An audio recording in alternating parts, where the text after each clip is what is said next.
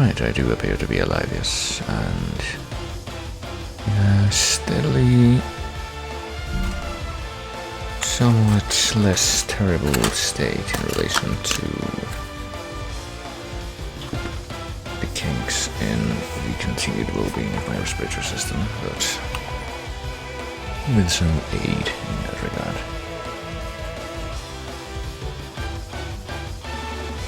But one set of particulars I probably shouldn't talk about because they are very gross, but anyway. Let's just say that because of those particulars, I can breathe much better at this particular time through my nose than I could have like half an hour ago. But yes, I returned, and now it is time for more Mizzurna Falls, so I basically will be in a moment. Once I sort of handwave past the list of pending stuff that I have. I keep on neglecting. Well, some stuff I neglect, some stuff I can't really do much about. Because I am waiting on something that I can't really act without, but as for this, here's an example I suppose of something that I should have been able to, or should be able to, how do I even phrase this? Basically the timeline correction that I may have alluded to with this game because of one task that I failed to do in the course of day 3 when I actually streamed it. Speaking of which, let's go to the actual game. I believe the time is ripe for that. Game capture is online on OBS, so I should be able to. The thing, there we go. I guess we're gonna blue ball this track a little bit, but I think that it's pretty much already played like. Oh, there it goes. Played like all parts of it then. Wait a minute. Oh, did I not show the track? I guess not. Did not show the track. I guess just taking a quick look at scene 2, yeah, it would make a lot more sense to have the black box.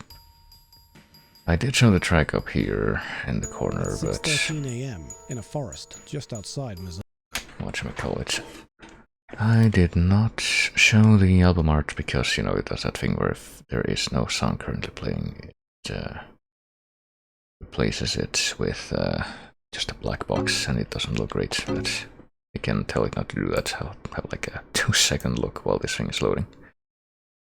It's a plugin that Music Bee has, which is how well, I say that it has it, I had to go find it. It doesn't have it by default, but let me take a quick look at the options here. Art display. What do you mean disabled? It's enabled. Unless it's like... oh no. Oh, it is. Hold on. Configure. Unless it's like 2 different things. Customizable skin. Yeah, maybe that's for the player itself. Well, I clicked on configure. It doesn't seem to be doing much. Here we go. Yeah, yada yada. Tags file, album artwork, backdrop picture. Oh dear. I don't think I used the backdrop picture for anything. Do I? Artwork backdrop URL file. I don't even know what that's for, but maybe I can figure something out where it's like I have just a placeholder. I'll look at this later. But because right now we need to go back into the world of Corolado. The bizarre wintry murder mystery world in which we are, well, hopefully going without a hitch. Oh yeah, that reminds me, speaking of going without a hitch, I need to really quickly enable the ability to go back in time, because for some reason it doesn't seem to be enabled by default anymore, even though I'm pretty sure it should be. Okay, so it's 6:20 a.m. Okay, now it's 6:18 a.m. I'm pretty sure we have it in place at any rate. But yes, anyway, previously on Mizzurna Falls, we did quite a few things. There was a robbery at the diner which was staged by Mel the Hooligan, whom we tailed to the rundown shacks that were the company housing on top of the mountain, and we beat up a friend of his, and then he got arrested. And we also met up with the singer at the bar, who apparently created a song that Emma, the disappeared girl, liked a lot. And then we met up with her in her house, and apparently she's involved in some shit that she does not want us knowing about. I don't know if we should be going out at this precise moment, but we did meet up with her in the apartment, and then that was like 1 a.m. But if we check our mailbox now, it looks like I've got a letter. It's from Isabella. Wouldn't you know it? Matthew, thanks for the other night. By which I mean about 5 hours ago. Your kindness had restored some of my faith in humanity, so don't worry, I can take care of myself somehow. I've included my song with this letter. I wonder why Emma liked the song so much. Anyway, have a listen. I don't know if there's any connection between the song and her disappearance, though, but I don't know if we have any way to listen to this. Maybe we do. Oh, goodness. I was trying to do that, mute the microphone, but I guess I missed my click by just a tiny amount. That having been said, don't come to my police again, I'll contact you. It's so long since I felt any genuine kindness, but also don't come looking for me. But also here, have this tape of Eternal. Actually, we might be able to, don't we have a thing in here to play music? I'm actually not even entirely sure myself if we can just use it to play this, but... Second-hand radio cassette player I got from Uncle Nos. Old and worn down, but it keeps working just like him. It's a backhanded compliment, I didn't even notice that before, but if we try this... You know, we can listen to it here, I guess. There you go. Press play to listen to music. Except that we did. It shows that message only after it starts playing, and if you press any button after it shows up, it's like the freaking FF7 thing. Gives you the message at the wrong time, pretty much. But yeah, I guess because the time freezes, we can just hang around and listen to this cassette tape quality version of this recording. That's the same one from the bar, I'm pretty sure. So we can get a reminder of what that sounds like.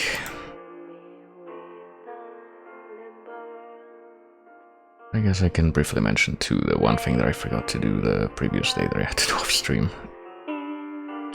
Was go to the hospital after you find the dubious pill bag in the motel and give that to what's his face, the doctor there, and he's like, yeah, I'll look into it.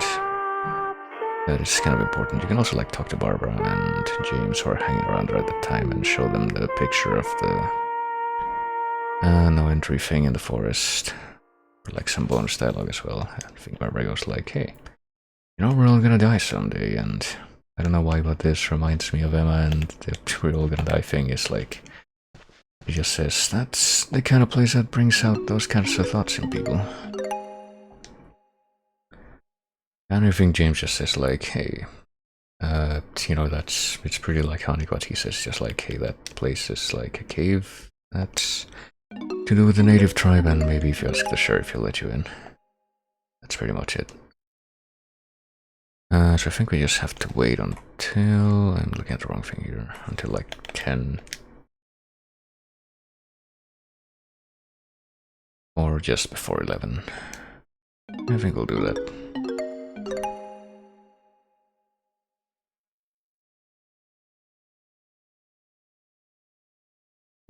So just one more, and now we will wait for a little while. You wanna know something funny as well? Apparently you're emulating stuff. You try to do the fast forward turbo thing and it doesn't work. It's apparently because apparently the GPU that you have, the GPU settings, can just be like, nope, you need to have VSync, so even if you try to do this, there will be no apparent reason why it doesn't work. And yet the reason it doesn't work is because of the VSync thing, but you can disable that and all of a sudden it'll work. So let's celebrate that by advancing time a little bit more until it's actually around 11. And then just hang around for just a little bit longer, and if I'm not mistaken. There we go. Well, I'm trying to go into the menu. There we go. Gee, I wonder who it could be. Matthew? Oh, it's Winona. Well, it's going to be released. Why? and posted his bail. I'll let you know it. The delinquent kid also happens to be like the kid of the quite possibly also shady guy who is the richest guy in town because he owns like the place where a lot of people are employed. I don't know, it's weird. It's not too clearly explained, but it doesn't matter. So let's look into that. Let's see if I can just, after playing this for a few days in succession, figure out if I can remember the right way to go, just from memory, without having to look at the map. I think it's this way, yeah. We're on the correct side of the bridge, because like the sheriff's place is on the sort of central section of the town. And it's right here.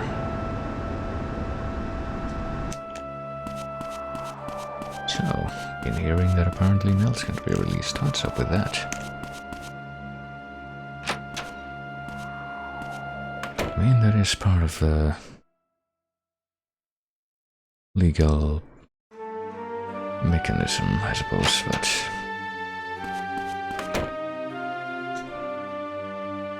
you think bail you out, try to go back inside? Well, thank you so much. You're just a pain in the ass. You're a mistake. And as you can see, this was definitely going beautifully in every possible way.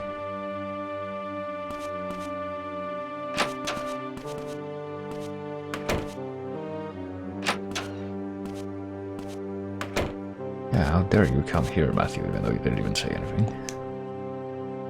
This time. You only hold him for robbery and he posted bail. Clearly had something to do with Emma, so we believe. Can't prove that yet, but leave it to me, I'll find something, and then we'll just have to bring him back here, so... Guess we may have... That's a potential question, I suppose you could say. Someone is like written up and can only be linked to one particular crime. And he's arrested, and someone posts bail for that crime. And then... I think it's the same as previously. Yeah. And then that same person gets arrested for a different crime that may have happened at around the same time as the original crime. And may have been linked to it. Does the bail that was posted the first time, if that person is arrested again, just get like absorbed into the system? I keep seeing dodgy looking people going in and out of that ruined old apartment building. I've seen them myself. That old wreck is so creepy I wouldn't be surprised if it turned out to be haunted. It's okay. Doesn't even say who posted this here. But we've already been to the spooky apartment building because we followed Isabella there. So we do have a bit of extra time to kill as well. Gonna be doing some of that. Quite possibly a good bit of that today. Might as well take the opportunity to see if there's gonna be like any need for gas.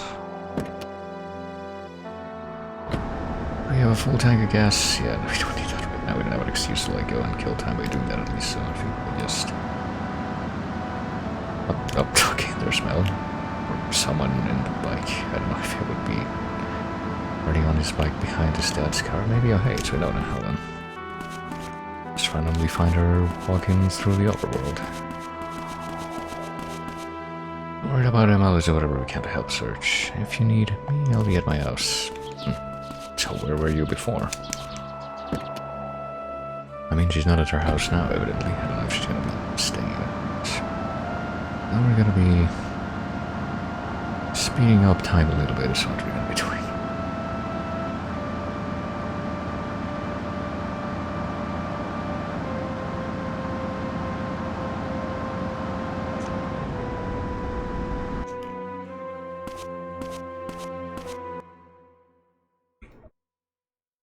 Get this shit again, because I'm pretty sure that we're supposed to be waiting for another particular event. Hey, Nos is just out here. What's up? This is your frontier, Matthew. How about keeping a little neater? Well, I mean, if I could, but it's like I can't really do anything. Maybe they set up these cans here to shoot at them like a shooting gallery or something to that effect. Well, we're gonna have another little nap. guess we might as well save. There's no real reason not to at this point. Just carry on with that. Actually, wait a minute. Actually, never mind. We're gonna skimp out on saving for now, just real quick.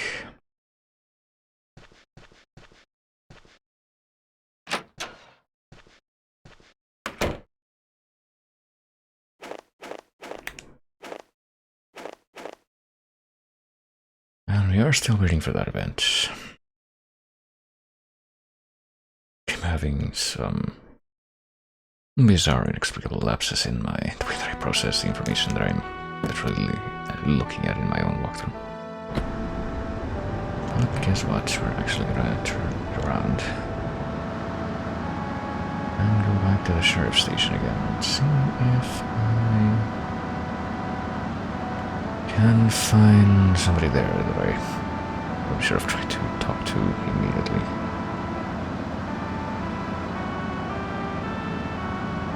As I was there before,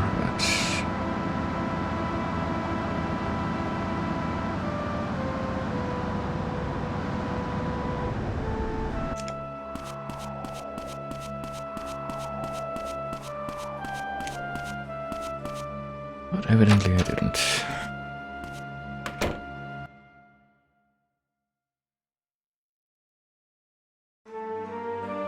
Oh, here's Winona, hold on.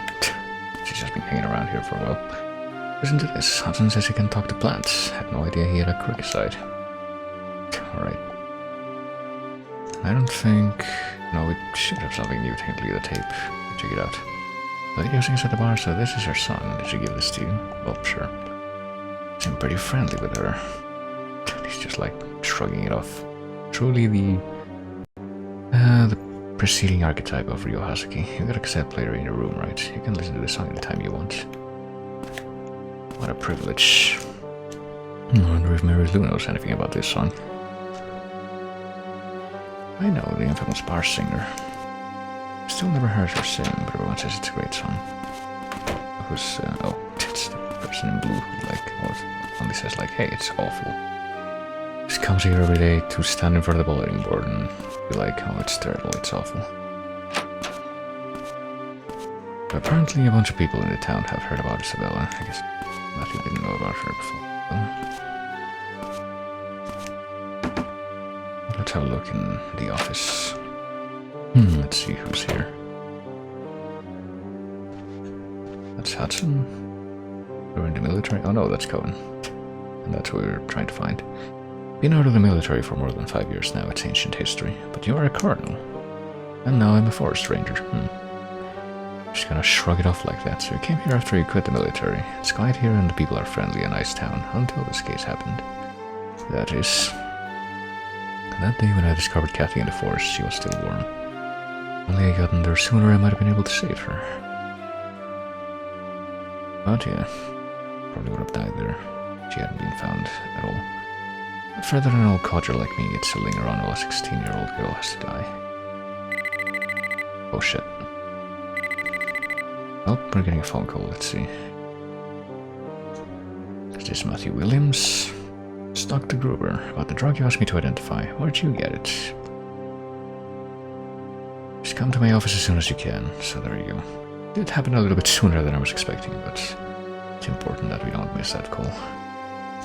Find anything out, tell Morgan immediately. I don't know if Morgan is gonna have anything new to say, but try it out. Don't do anything dangerous. I don't know if you ever listen to me though. Hey Morgan, you ever hear about Isabella? Her music is amazing. Alright. No context as to how or where he would have heard it. What about you? Not much of a music fan, not that I hate it, just prefer listening to the sounds of nature. Right, that is weird. I mean, you could say that all music is part of nature, technically.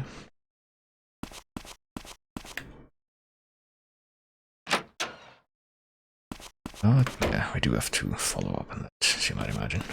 I think there's anybody else around that we can just try to show the tape to at this particular time, so let's carry on. And go to immediately follow up on this whole results business with Samuel, who just phoned us. Let's see if I can also remember the way to get to the hospital from here. I think it's, yeah, it's on the left side and the west side. So it should just be a matter of crossing the bridge and... oh, Tate's what's-his-face yet again. I guess he likes to just ride the bike around here. At least that time he actually showed up with the bike. And not just like, I don't know, Wonder Woman in the invisible plane. Just floating through the air.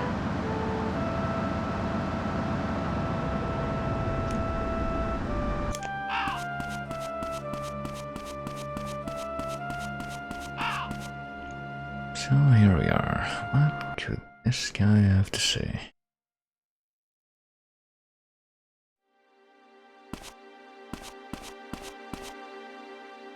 Show's fascinating. I can't wait for my birthday. All your birthdays today, actually, but supposed to follow up on that. Hey, check it out. Isabella's song. It was Emma's favorite. Please bring me a tape player. Well, if you want to hear it so bad, I will. Oh, I guess we just show her the thing and then she can't actually listen to it.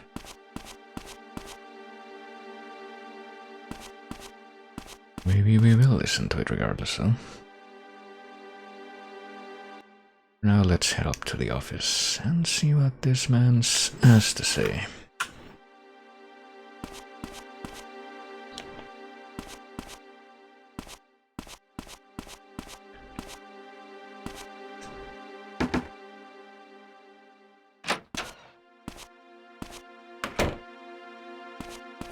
There you are. Though and Morgan also teleported over here, I guess.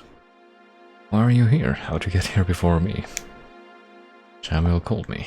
What's this about? He's covered something about the drugs. Ones Matthew asked you to identify. I finished analyzing them and, well... it's a powerful hallucinogen, which is very scary. What exactly is it? It's called Epoch. It was very popular on the West Coast in the late 60s. And how did it get here? I don't know that myself. Well, we did find it in the motel room, which I guess we hadn't fully explained the situation to these people before. Epoch here. It's just Mizzurna Falls, not Vegas. What the hell's going on? Kathy and Emma were into heavy narcotics. We're not just talking about bears anymore. Drugs have to be Mel's. He robbed the diner to pay for them. Behavior's starting to make sense. Must be why he stole Emma's diary too. I get a warrant, but I can't believe this is how Kathy and Emma were linked. Well, I guess they did that autopsy on Kathy's body. They didn't find out anything about this, which does seem a little weird. Anything else to say? What happens if you take Epoch? All hills start to look like mountains. The sky feels incredibly close. I've heard it described as like being in communion with nature. That's the best case scenario for taking Epoch. It doesn't always have such pleasant effects. Plus, unlike other hallucinogens, it's highly addictive. What happens if it's a bad trip? Typical paranoid hallucinations, seeing the devil, acute anxiety, irrational fears, hopelessness, and so on. Weird cases, dissociative episodes that make you doubt your own existence. I've never taken it myself. Well, like I said, the effects aren't always the same each time. Supposedly, it lets you experience a world that you'd never normally be able to. Look up to me, don't you? Well.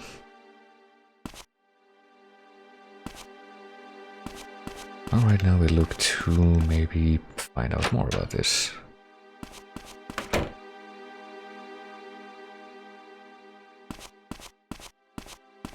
But after all that, now that we've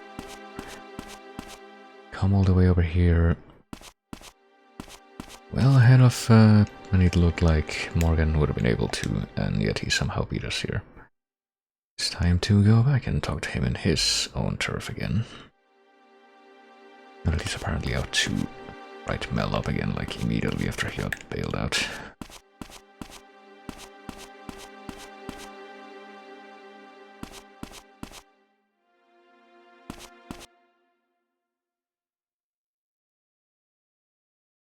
I reckon that might be annoying for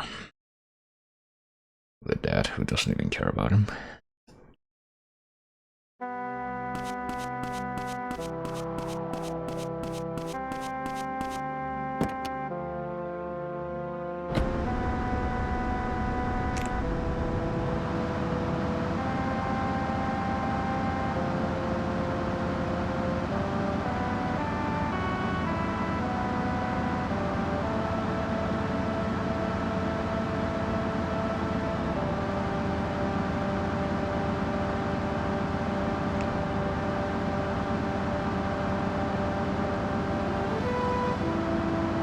At least we don't have to go too far each time, so we're spending a whole lot of gas.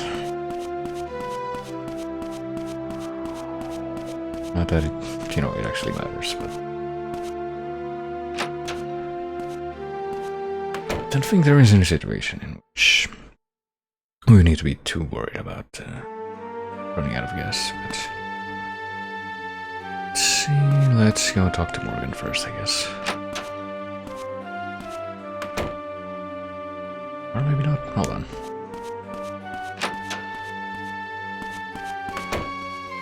I've switched up my mind. Hey, there goes that person. Fatalist. Let's see what Mary Lou has to say. What's happening with Mel? We visited an arrest warrant, but we haven't been able to locate him yet. Must be in hiding somewhere, even though we had him literally this morning. What about Morgan? He's doing everything he can to find Mel, but he's about to blow his stuff. What? You see the sheriff get him to calm down. Well, I guess it's probably quite convenient that we heard that before we heard anything else. I mean, Morgan's probably in his office, right? Especially if he's there to say come in when we knock. And sure enough, he's just hunched over this stuff like usual. Unmailed yet. He must be hiding somewhere, but there can't be too many places for him to hide in this town. What about the Aston Company housing? Even Mel's not that stupid, he wouldn't hide in the same place twice, but he is pretty stupid. Can't hide forever. I mean, do we read this as they haven't looked there yet? And he must be in contact with someone, we just have to wait. Someone Mel's in contact with. Who could he trust? Well, I think the only people we would really suspect would be the ones that can't get in touch with ourselves. That's probably not very helpful. Let's see.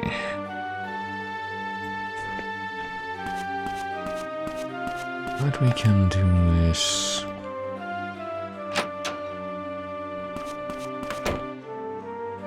There is one other person, but we'll follow up on that in just a moment. Before we do so, let's take a bit of a detour, and since Winona's not here anymore, she did say she was gonna be at her house, and then she's just like, gonna go to the police station, and then I'm gonna go somewhere else entirely. I wonder if you can guess where that is.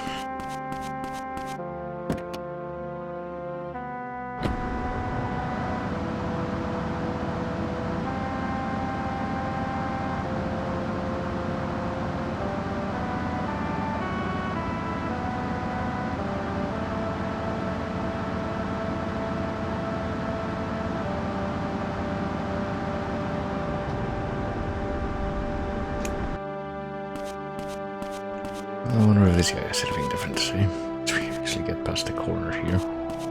She's not even near the corner, but you know.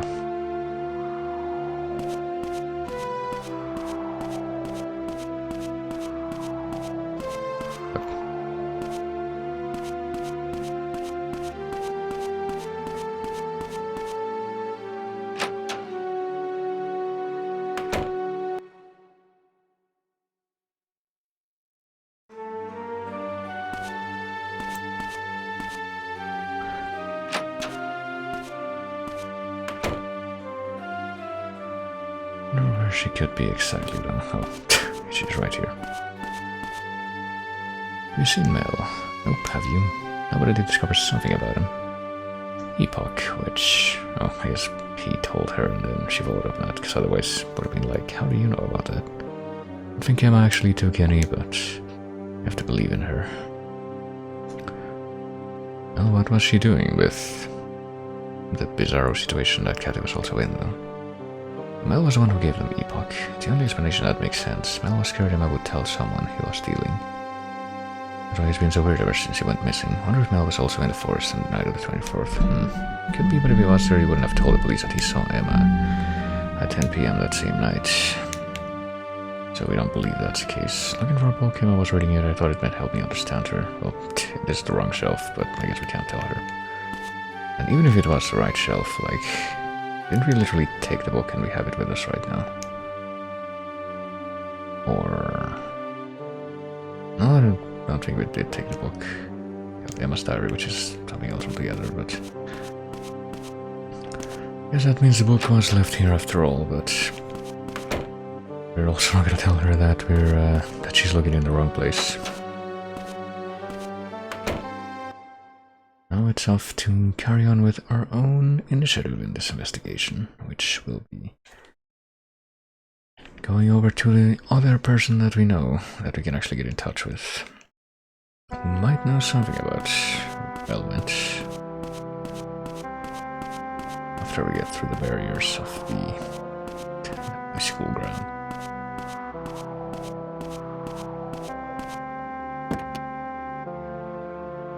You can actually see in the background there for a moment where we can see a hint as to where exactly we're going next, but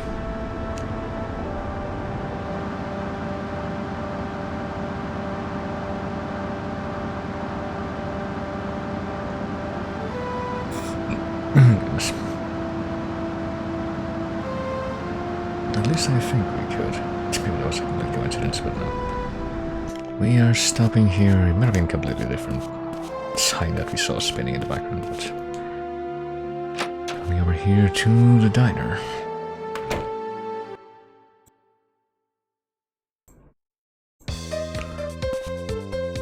Not just to, you know, to do business, but also this guy actually acknowledges us for once, even though we've been bugging him a whole bunch every time we run into him. This time we're gonna make him listen. But this time they don't share the phone number with you again. But now let's have a chat with Lorraine and maybe check out the daily special. We had like... I don't even remember what the daily special in the first thing was, but after that it was like rice and beans. Today's special is baked beans though, because they like baking things in this place. And it's sure is nice that this diner in a small town actually does change the daily special each day. Sometimes they don't really do that, you know. Let's see what she knows. Have you seen Mel? No idea where it could be. I think you of all people would know. I'm looking for him too. He's tracking me down with him. Well, how long has Mel been dealing drugs? I haven't got read anything about Mel selling Epoch. If he has been dealing drugs, he must have started really recently. What about the robbery? Never said anything about buying drugs, he just said he needed a lot of cash fast. I bet anything that Mel will contact you at some point. Lorraine's gonna try something before he's sober, I'll bet. But now she's just gonna be like, nope, we didn't just have that conversation. Well, let's have something, I don't know, somebody ate all this food at some point. It'll take me a minute to fire up the deep fryer, but time was a very fast minute, like every single time. We order chicken. Oh boy. Let's see that apparently Hudson just came in. Hey Hudson, what's up? What? Once again, he doesn't really say anything of note, so... Apparently Lorraine doesn't actually know where Mel could have gone in yet. We suspect she might end up getting involved with something different before the day's out. That might lead us to getting a clue on that, but where did I leave the car? Didn't I leave the car here in the front here though? This is also an opportunity for us to check something else as well. I think it's the East Road to take from this.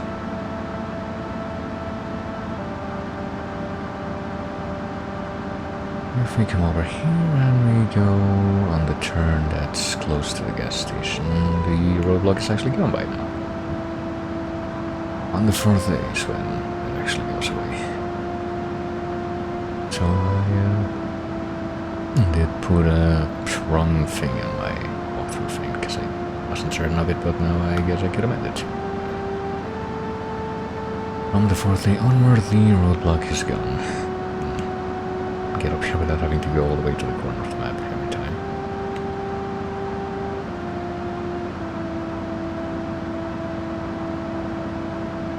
But let's head up to the church because we suspect that Mel was doing the drugs thing, not just with Emma, but with the other one who was quite possibly, and well, at this point we just suspected really strongly over that whole circle of whatever the hell was going on, which was Catherine.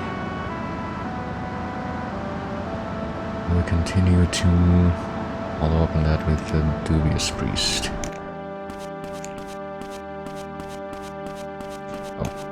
Here comes the mayor.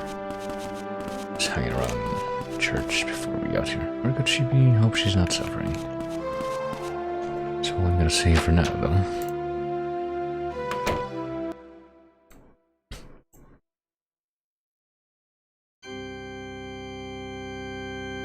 Let's see if the nun has anything different to say other than, nope, the answer to every problem lies in prayer, so we believe. Did you hear about the drugs at the motel? Oh yeah, I was the one who found them. A little girl doing drugs, stand by it. Emma and Cathy weren't like that. It seemed that way, but we can't live in denial. She truly was a sinful child, my Cathy. Yeah, my adopted daughter sucks. I'm just gonna say this to you without any qualms or anything. See if the bulletin board has updated at all. Well, we've been moving around. He was arrested. It's the same thing. They haven't appended the fact that he was taken out on bail and now they're looking for him again. That ruined the whole apartment building, yeah. So nothing new there.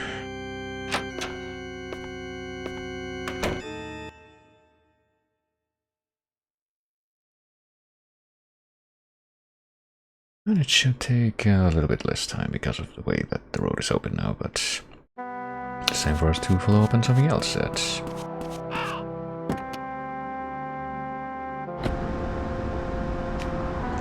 we were told was going to happen today. Just like we suspected something real dodgy was going to happen the previous day. We were told quite a bit ahead of time that there was something that we would expect on the 28th. Now it's time to follow up on that again. We already went to the hospital, but now we return once more and bearing the stuff that we have borne for quite a while. Up to this point, but now will be the proper time to use it.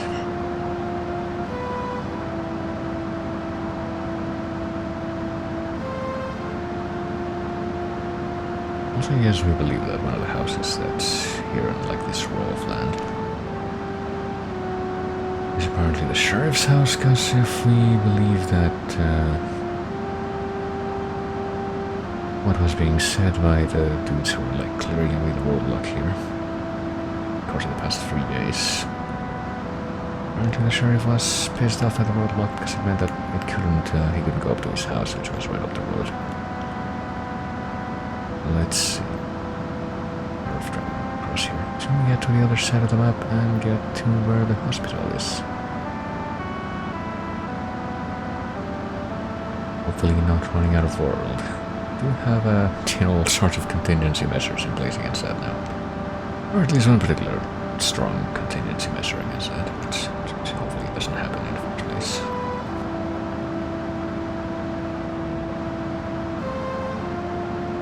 Because we've been driving around enough that now we might be with some gas soon, but not quite yet, I don't think. Not precisely at this time.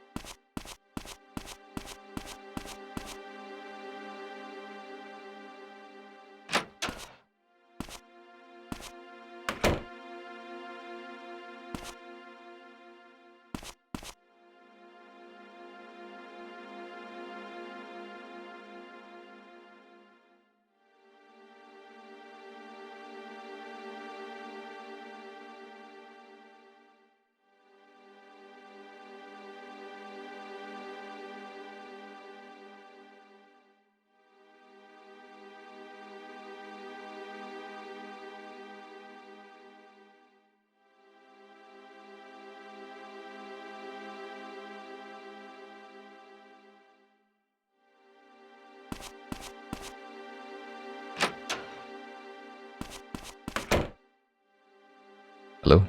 Alright, cool. Apparently I failed to unmute myself at some point, even though I clicked on the thing, but yeah.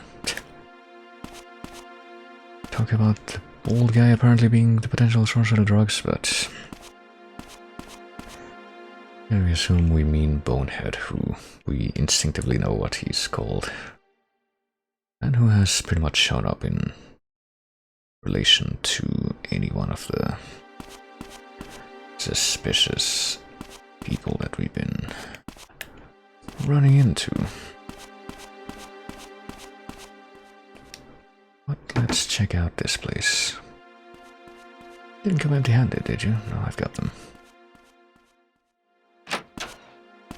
But we were told quite some time ago that today was gonna be Barbara's birthday, and to bring cigarettes, which we did manage to snag, so happy birthday. They went with cigarettes in the end. I mean, that is what you asked for. Cigarettes are the price of entry. Living already? Well, come back once I'm done, don't worry.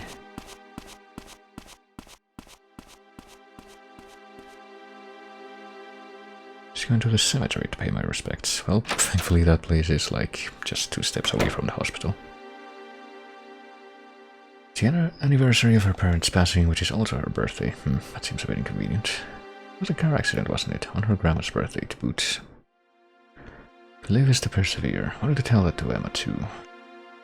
Girl was interested in so many strange things, like what's gonna happen to me after I die. And she was fascinated by things that happened years and years ago. Which was the incident 40 years ago, which I guess we heard from Nas in passing, but don't actually know the details of it at all. Yeah. So what did happen? We did this whole, you know, song and dance tribute thing, so I think we should hear about it, but she doesn't want to talk. Want me to leave, I will. She seems out of it. Don't know why Emma took an interest in what happened 40 years ago, but it's painful for me to talk about. There's a list if you want to know. Well, at least she is offering an option. Well, I don't know, do we just leave her alone, or...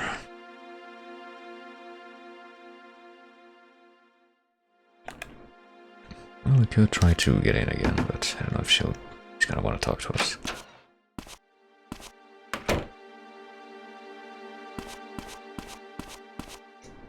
Very dashing today. See you later, Matthew. Yeah, she's just gonna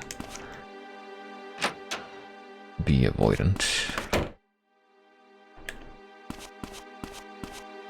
Right, this time, this part of the timeline.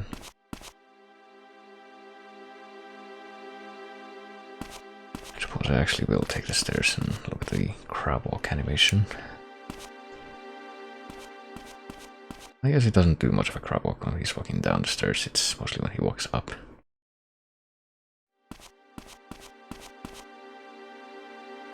Or when any character walks up.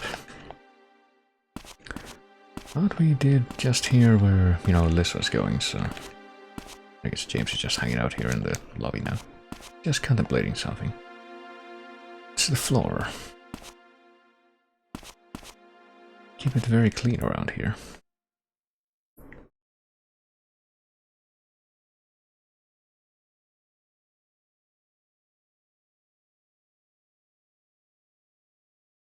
Oh, we could, I mean, the car is right there, but like I said, we can pretty much just run to the cemetery.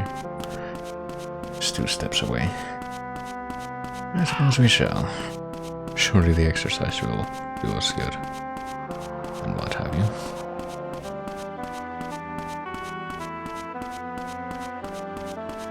Let's not get stuck on any geometry though, because that is just inconvenient.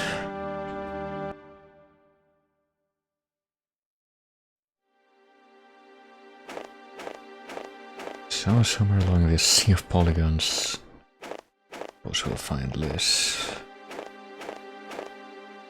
I think that the color of her clothes would be an easy way to tell. But I think that would be easier would be... Oh, there she is. Just knowing which grave she's going to. Hope I'm not intruding. As having company actually, Granny can't come out here anymore. been 10 years since the accident.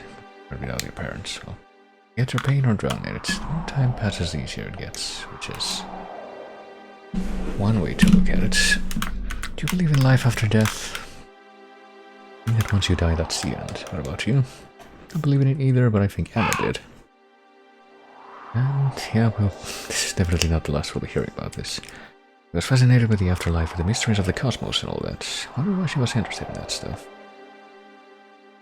Life is hard, it's only natural to want an escape. I was the same once. But actually living your life is the important thing, not what happens after. Once you're dead, that's it. You can't waste your life running from reality. No matter what happens with them, I remember what I said. Also, we were supposed to, hear about the incident from her, and yet we didn't even mention that. Just let her go. So wait a minute. Let's quickly check the grave that she was looking at, which I believe was one of these. Probably should have made a note of it. Oh well. This one. Set this red one. Oh. There's a scrap of paper on the floor. It looks like a number. What happens if we try the number?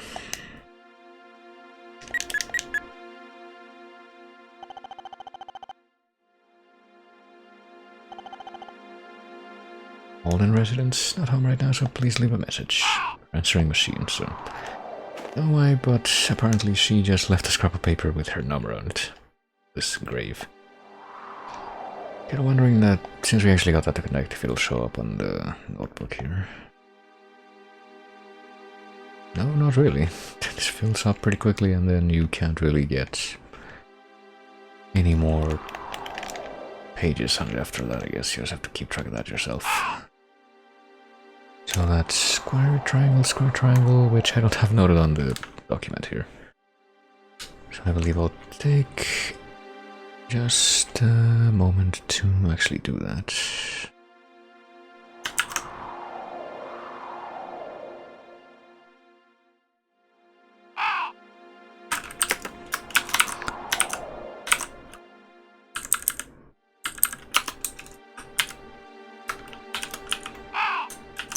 There we go. Well, maybe now that we've done all that and gone through the motions in more ways than one, if we head back up to the place, perhaps we will be able to, actually hear the thing that we were expecting to hear.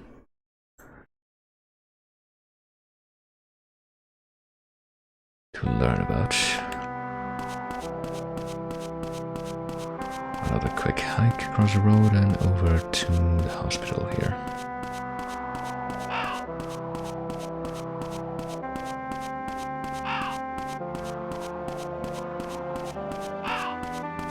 As I probably mentioned, the times in which I've been in this close proximity to snow have been surprisingly, not really surprisingly, but extremely reduced. I was kind of wondering how viable it would be to just kind of have a jog. Those roads that were either covered in snow or in very close proximity to snow. I would expect that stuff to be pretty slippery, at least sometimes.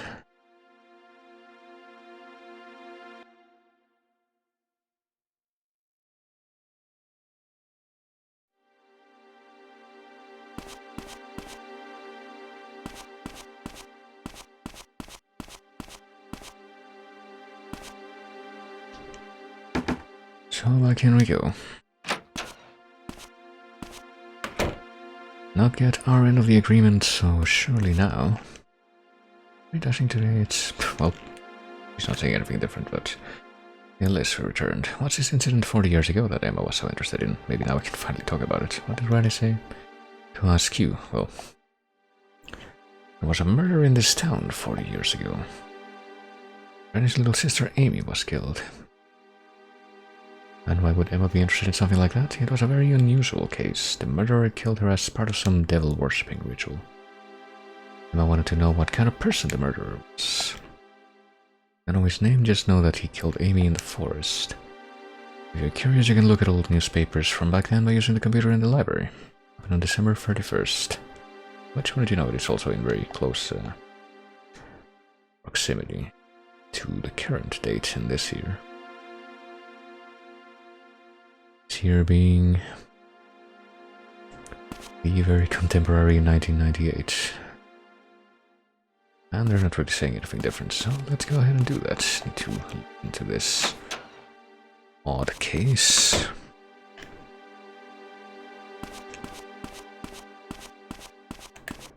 Might as well take the stairs again.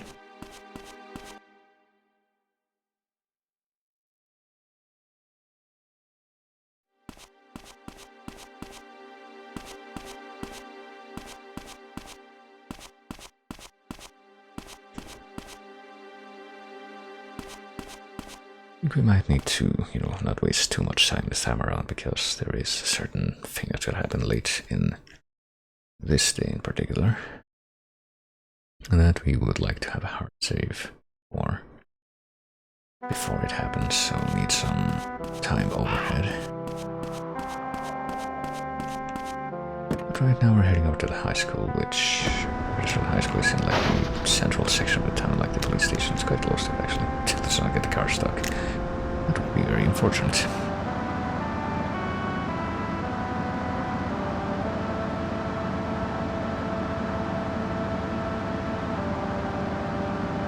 So there is a bridge to cross, and I forget if there is a bridge to cross. I guess there is a bridge when going to the west side, and then not really so when you go to the east side.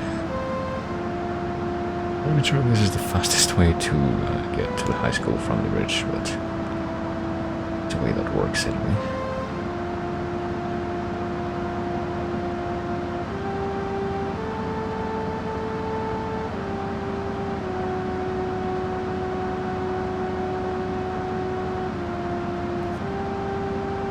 Hearing these like isolated footprint sound effects, so it's like I suppose there must be a pedestrian nearby that I'm passing in close proximity to, and yet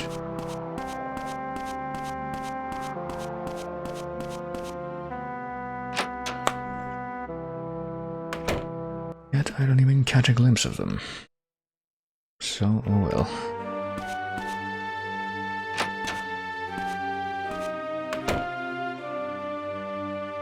So let's do some research. I wonder if the receptionist here is gonna say anything. Or librarian, I guess. Did you find a book you wanted? Well, I sure did, but that was several days ago. So let's go and use the computer. Can look at newspapers from 40 years ago with this. Just input the date, and here it is. November 31st, 1958. Local youth living at St. Peter's Church, not only by his street alias Cougar, been identified as the killer of Amy Holden. Cougar, 24, murdered her in an effort to perform the Myrtle Journey, ritual once carried out by the Yamohi. Holden, 18, was chosen by Cougar to be the sacrifice for this ritual. Cougar believed the ritual would allow him to kill Holden, then bring her back to life. However, paramedics were unable to resuscitate her. By dying and coming back, you can gain eternal life, Cougar is alleged to have said. Police believe Cougar used Holden as a guinea pig to test if the ritual worked. Police quickly identified Cougar as the murderer, and he fled into the forest, where he took his own life apparently in the hope that he would be revived as part of the ritual, but I guess it didn't work out. Eternal life. Just James about the ritual. James did seem like he would have something to say about that.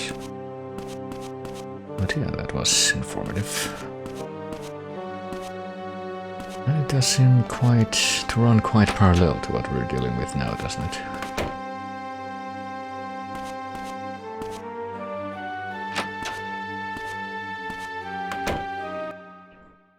And we did just get a hint to, go and talk to James, so let's go exactly back to the place we were just at.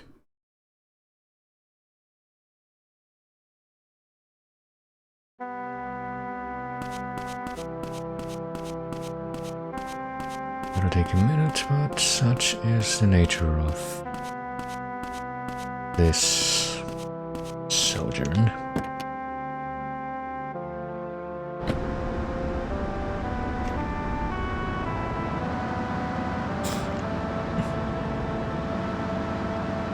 I don't know if it makes that much sense to avoid the center of town, given that I feel like there's a few other places that we're passing through anyway, which do have a similar sort of thing density, and they do cause an at least comparable degree of slowdown and what have you, and I suppose potential risk of the world just falling away as it sometimes does, but oh well, it just feels more convenient. Oh yeah, we'll need this, but we'll get to that once we do a few more things, because we'll need a gas just to be safe for a certain section. It's coming up. I keep alluding to, but well, it'll all make sense. I'm sure.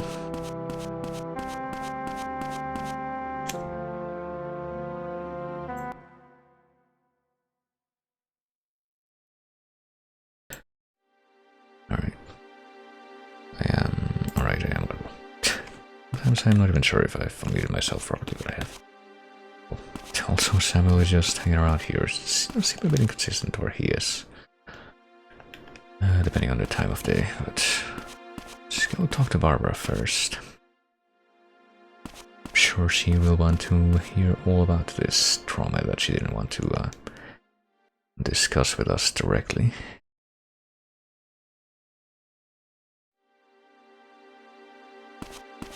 Like, yeah, happy birthday, I brought you cigarettes, and now I want to talk about your dead sister who was murdered decades ago.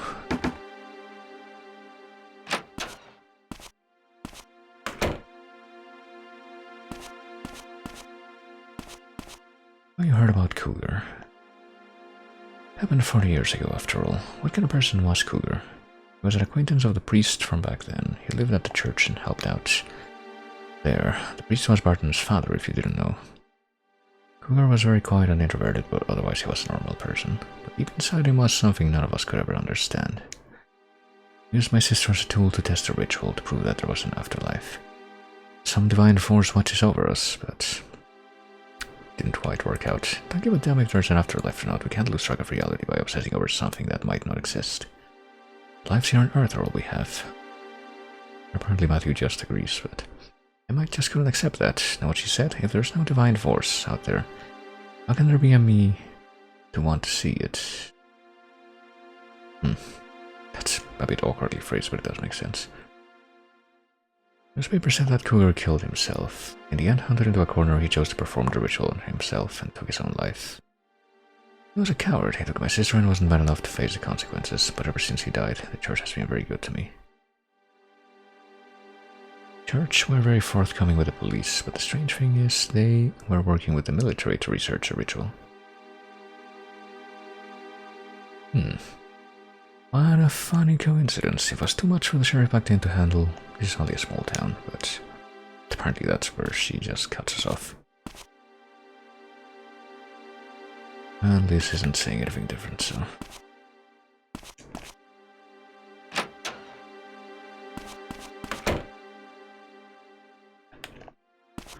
But now that we've gone ahead and had that follow-up discussion,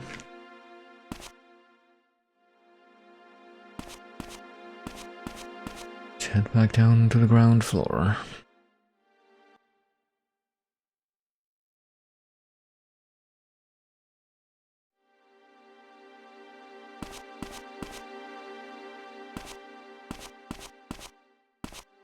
And let's go look for James in his office.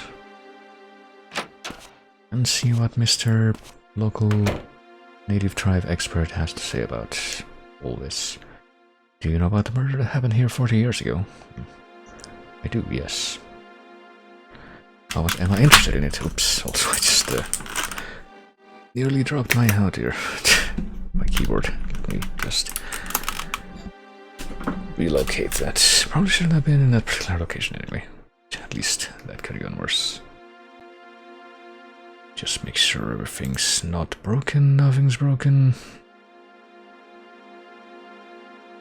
And it does look like it's fine, so there we go. Keep moving right along. She was. First time hearing of it.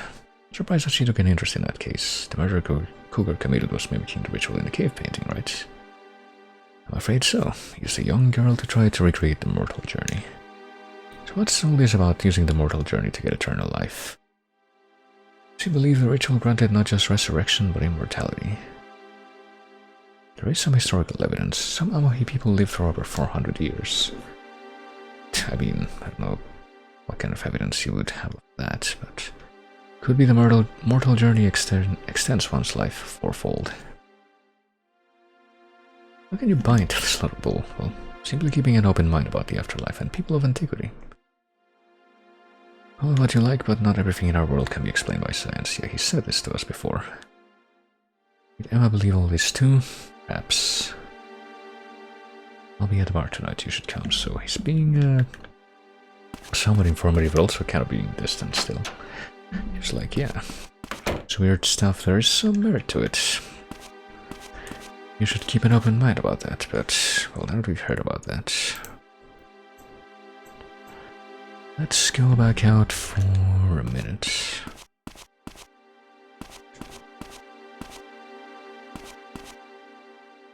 So we need to go and follow up on something else that we were looking into earlier in this day.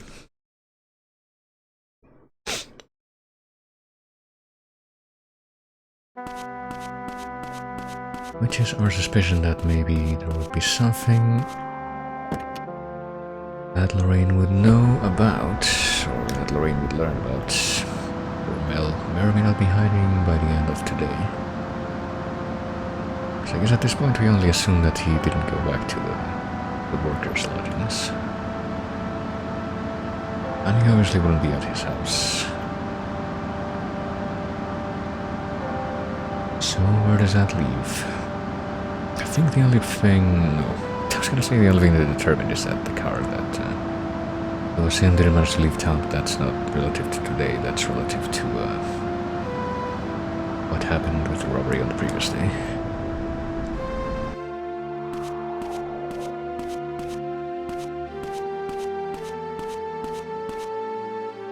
Well, let's head into the diner. Or let's not head into the diner, let's instead try to get in, but instead run into this guy. And maybe... well, I guess do a double take ourselves, but... I guess he didn't recognize us, but... got a minute? It's you. It's the guy I beat up. It was, amazingly enough, one of the easiest fights in this whole game, but... I'm surprised that we have not been able to, we are supposed to catch him, but I'm surprised we were not able to... to catch him there. Just like slow down for a moment. I am spamming the circle button. I don't know why it's not quite working out so far. It's also very serene music to be chasing this guy too, but... I'm supposed to go in front of him. I mean, if we go in front of him with these awkward controls, it'll just kind of result in him going the other way, I would expect. I do like when he turns away from us and then just slows down. Alright, come on. There we go. I think that when he turns, that's like our chance to try to catch him. You're the one who was with Mel at the company housing and who I beat up. And you got yourself to blame for that. You're the one who followed me. Who was just kind of just loitering around like the outside of this secret criminal hideout, and then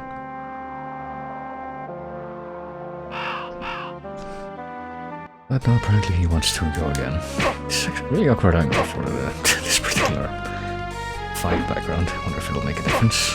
Let's see if we can just beat him up again, or if this fight is even more awkward than pretty much every other one we've had, because I guess we're in the still high polygon area as the background, which seems interesting in a few ways. And yeah, the fighting sections here are as awkward as ever.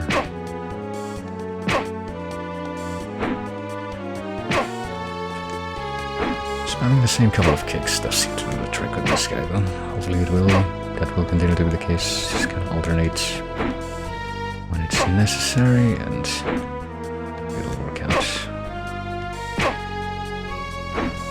a mix-up, or so I believe.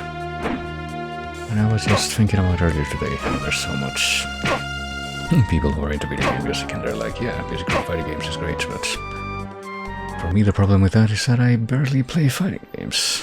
Because I suck at them, but only got them. So where is Mel?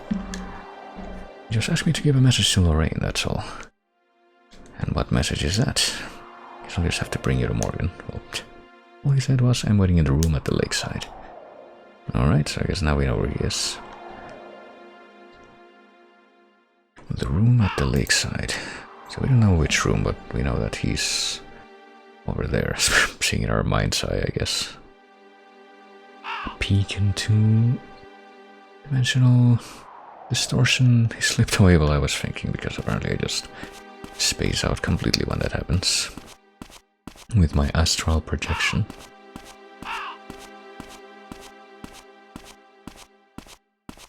So we kind of know where he's hiding, but we can't just go there. That would run a bit of a risk, and there's like...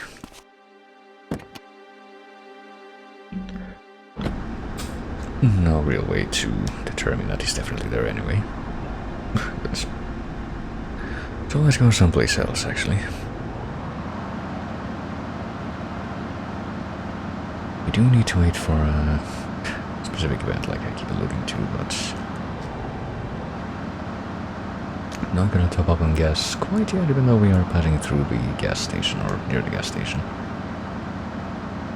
Because the optimal opportunity for that will come in just a minute.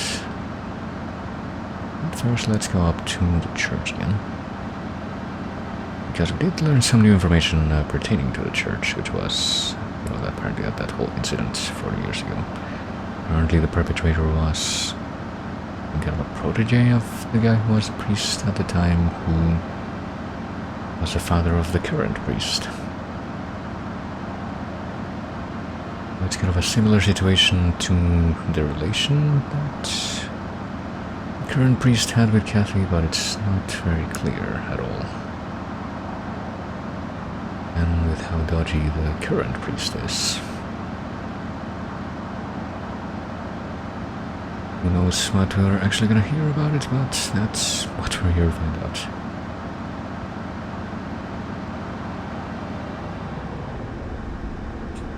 Well, let's leave the car right here.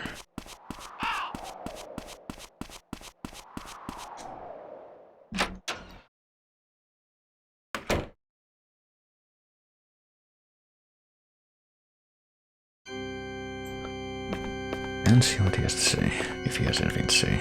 Start. Do you remember the incident that happened here 40 years ago? What's this about all of a sudden? I don't want to talk about this. Just curious about something, just doing some research. Cougar incident, huh? I remember. You can't forget something like that, no matter how hard you try. Not this Cougar guy. That boy was the devil. I don't want to talk about him. Kathy know about that incident? If so, she certainly never heard about it from me. And now he's just like, nope, I'm not gonna tell you anything else about that, but... Dinan, are you still talking about prayer? May I trouble you for a donation to the church? We could say no. Just like... that... I feel like I should probably try to turn that into an emote, maybe. I'm gonna do that, actually. Or not do that, but just like... see if I can capture a screenshot of this. Or all of the frames of this at any rate. Hopefully this will work. What happens if we do say no first, actually? Yep, can't be helped. Still so young. Well, we do have infinite money though, so it can be helped. Been here a long time, but I've never known such a good upstanding young man like yourself. What do you know about the incident that happened here 40 years ago? You mean Cougar? Yes, I know it well. He lived in the basement of this very church. Is that where he did the ritual? No, it happened in front of the big tree in Barrows Forest. The same place that is pertinent to this case. That's where he did the deed. That's where Cohen found Kathy. Many years ago, the old priest claimed that the tree bestowed the power of life. Yeah, he worshipped it for this reason. Kathy and the incident from 40 years ago can't be a coincidence. The tree in the forest is the link. In front of the tree, he, well, I guess we spaced out. The crew early behind the documents from his research into the ritual. He did, but Father Barton burned everything long ago. Well, and now she's also back to just saying the same stuff that she was saying by default. I could have also checked the bulletin board, but we'll do that later. The feeling that it wouldn't have been different at this point anyway.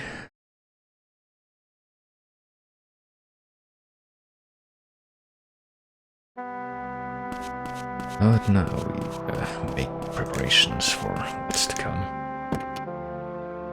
So we need to find out what the deal is with Mel. Oh shit, okay. Apparently a car just loaded in front of me and displaced me spatially like that. But well, that's the sort of thing that happens in this game, as long as it doesn't just break everything. You can just write it off as an acceptable loss. An acceptable pickup. So back down the mountain.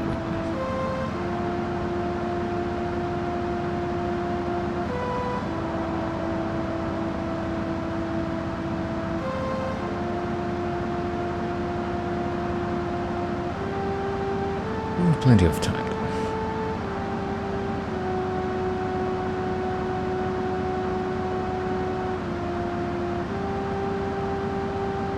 But we will need to use up an hour to save, like I mentioned. We don't have like an absurd amount of time, but we do have a good amount of time. So first thing we need to do is head over here. I'm just gonna leave the car right here for the time being. Just gonna leave it in front of the thing. Just clipping into this sign. It's no big deal.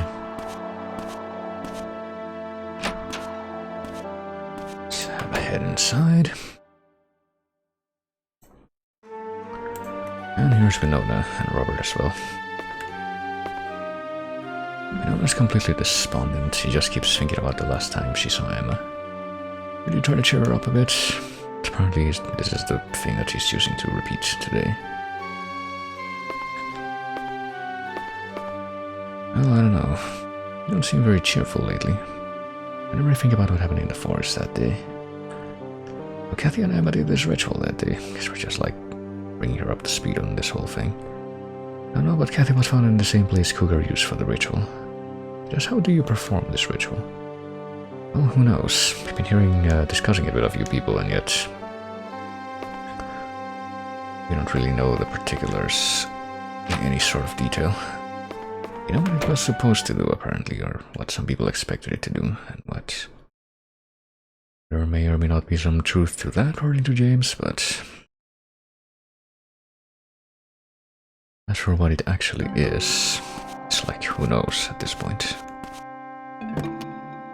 Anyway, now we reposition ourselves here to actually get some gas.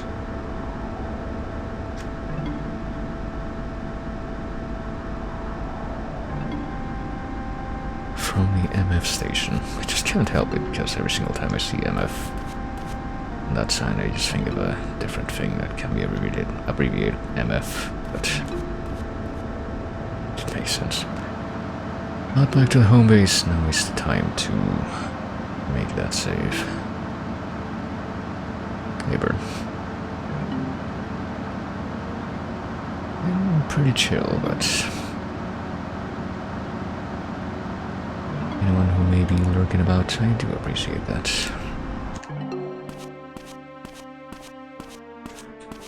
But yeah, it's time for the hard save, and also for the thing we must do for good luck every time, which is petting the dog. Extremely important.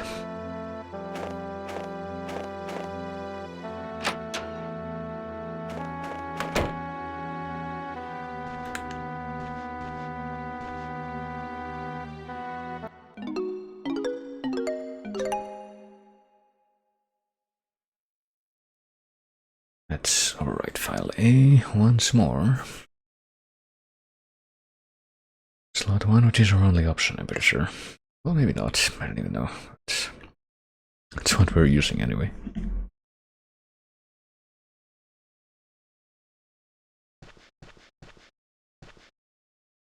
And now it's time to play Stakeout.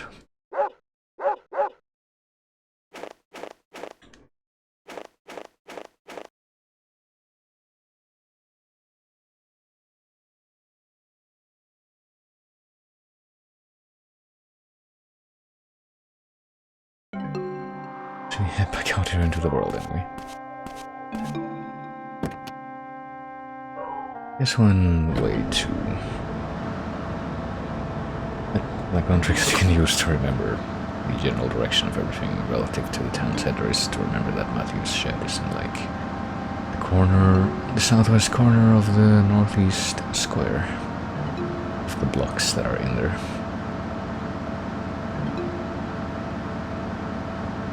I did hear that Mel was apparently hiding out here from that guy who delivered the message. Hiding out at the motel. And we're not gonna tell anybody, as usual, you know, in typical Matthew fashion, we're not gonna tell Morgan or anybody else. Even though we're deputized now. So we're technically supposed to be working together, but we're just gonna kind of park the car here with the lights on, just keep the headlights on and just wait for a while. Let's just speed this up a tiny bit. And see how we fare.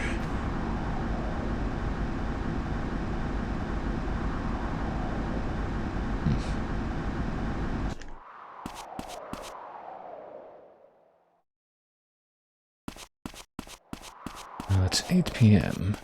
I don't really saw anyone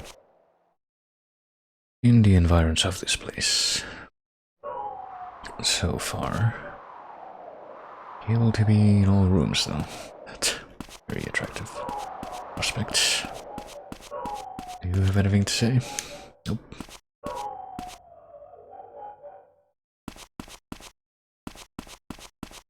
Anybody home? Oh, Lorraine. Mel's in there, isn't he? Yes, he's not, but we very much insist. Don't you know what he's involved in? I think she surely does by this point. I was a moron, but he's my moron. Boy, it's not great attitude to take in this situation, I would say. You know, it's not like I like the Adams family because they're my kind of cook situation. He's literally a drug dealer. And he may have done worse stuff. He knows something about Emma and Kathy. He knows and he's hiding it. There's no time to... Oh, there he goes. He's running behind the hotel. He was in that room. Who even knows how he got away, but... Car chase. Takes me a little opening. Not Mel off his microphone. Gets away. And yeah, this is... I guess we're gonna let him get a bit of a head start, so before we start moving along. But yeah, you're literally supposed to chase after him and I guess still keep up with the self-imposed speed limit that we've decided upon of like just barely above 80 kilometers per hour. And just bump into him repeatedly.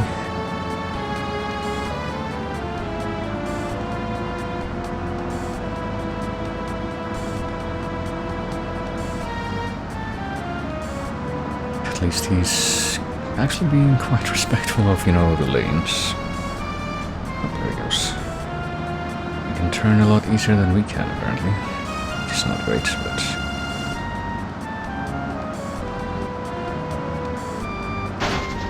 Got in one more time.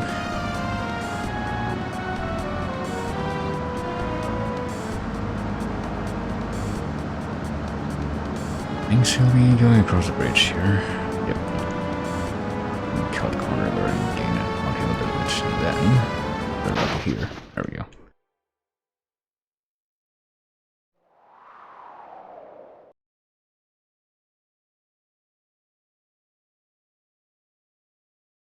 And wouldn't you know it, you were bailed out, and now you're arrested again. After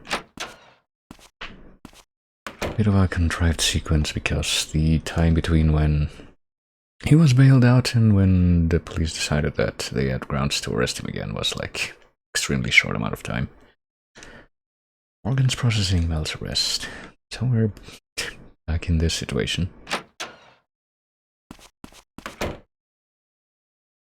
So what's going on with Mel? He spilled his guts.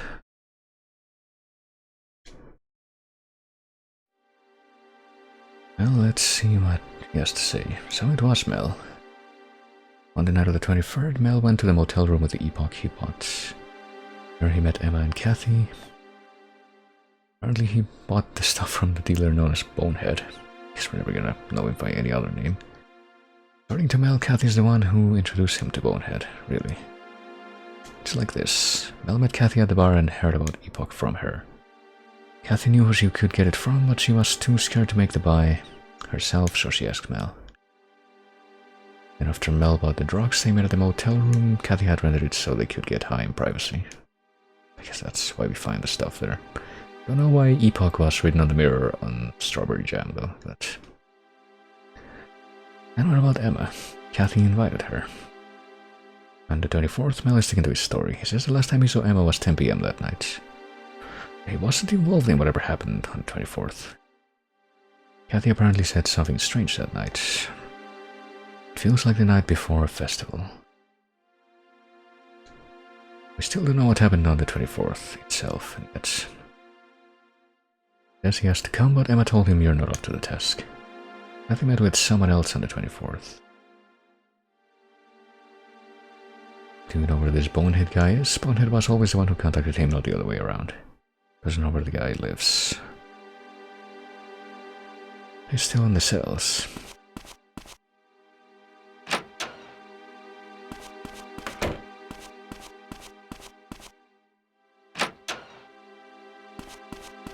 We're gonna have to have a repeat of the same scene that we also had in the previous day, where we just kind of go down there and taunt him. Hey Nuss, what do you have to say? How's the forest feel to you since any more bears in there? That's a bit of a non-sequitur with the present situation, but we can also take a look at the bulletin board. 27th, okay, so this hasn't changed even though we've definitely just had a new development, even though it's...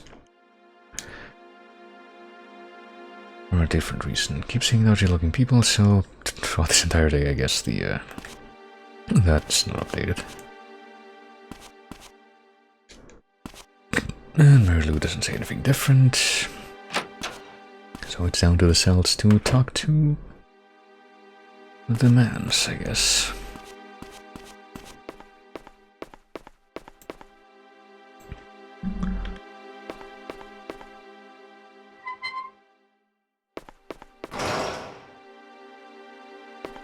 Is he in the same cell as before? He sure is.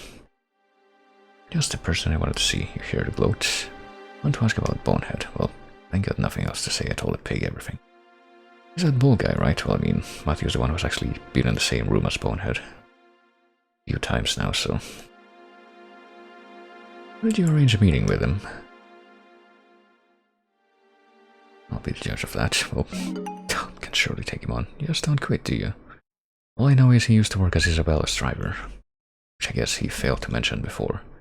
Isabella's involved in this as well. Kathy heard about Bonehead from Isabella. I don't give two shits whether you live or die, but you shouldn't get tangled up with that gang. That's why I'm telling you this. I've said all I can. And now it's just like, nope, tell you more. But apparently Isabella's also involved in this bizarre, contrived intrigue. Connection being the drugs and this bizarre ritual that we've learned about.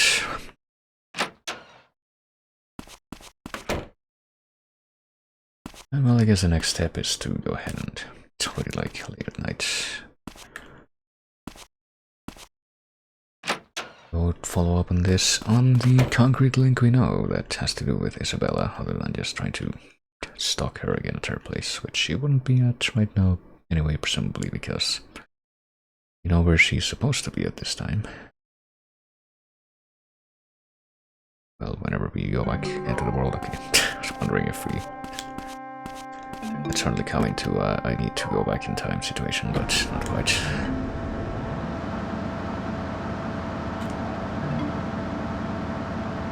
But at least if I do need to, I can turn back time. I have found a way.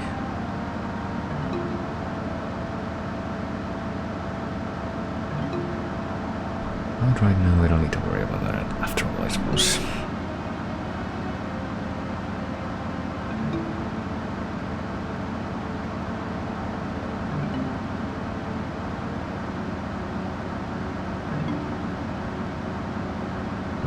drive to the old bar. The little box building bar. I mean, I guess you don't need to be super fancy if it's a bar.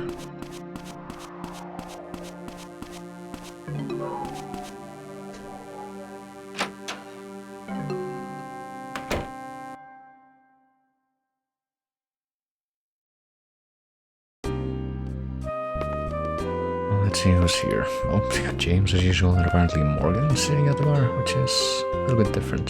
Can we not talk to him? Haven't seen Samuel in a while. Heard the rumors he comes here to pick up chicks. Really? I mean, not very surprising, but I think we've seen him in this building ourselves. That lovely bar. This guy just says the exact same thing every time we find him here.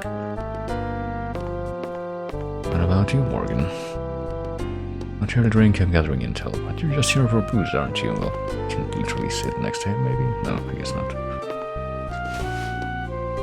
Well, I can sit somewhere anyhow, but it's gonna be the same story if we try to order booze. It's not gonna be an option. No alcohol for you, but where's Isabella today? She exhausted herself, she's taking some time off. I wonder if he's at home. What do you want with Isabella? Nothing in particular. The creep who was peeking into her apartment, so he heard about that already. But we are just being avoidant about that. Heard about it from Isabella's driver. Do you know her old driver, bald guy? Bonehead. Yeah, but I don't know him that well. So we're just gonna be very forward about our intentions here. Kiddo, just this once I'm gonna give you some free advice, don't get involved with him. Connected to some pretty dangerous people. What dangerous people? Gang, real scary folks. Not gonna say anything more about that, though. Well, that was informative enough, but yeah, looks like we're not gonna get much out of hanging out here tonight as Isabella's not here. But I guess we did also know about that other link that we did learn about from Isabella herself, where apparently Wolf was the older brother, I think, of her old husband who died, and apparently he took her in and gave her a place to work. But there's also more regrettable stuff going on behind the scenes that we don't know about that just keeps getting implied by all these characters. What could that be about?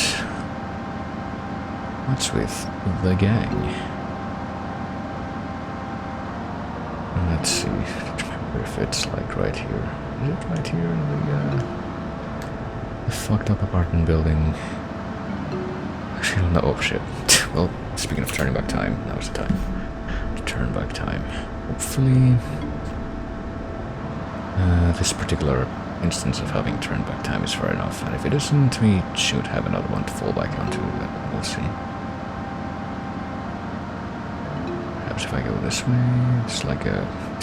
I don't know, I actually know where everything is placed in the town square area.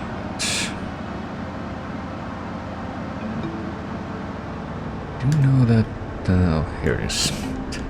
That might be like the northwest corner these apartments are in, that we need to snoop in. Ruin Apartments, aka The Ruin.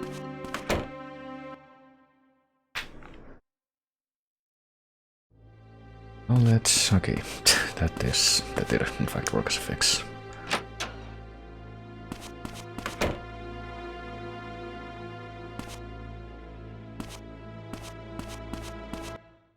Let's go check in on Isabella, who very specifically told us not to come visit her here again, but an old Matthew, he just can't help himself. You know, there are a few things I never really thought about it, but there are a few couple things in this game that did serve as an inspiration for Silent Hill 2 specifically, and I think one of them might be this apartment building, because early on in that game you do go to an apartment building in like the hell world. No response is something happened to her. Well, she's not answering, so I think this apartment building might have served as the inspiration for that, because I think it is a very similar design. Oh dear. The thing about this game is that it's got a surprising amount of stuff that it influenced, much like certain other older games that are kind of obscure, like Portopia Serial Murders. That one did a huge had a huge influence over a bunch of stuff that's like newer and more famous. So did this one. So since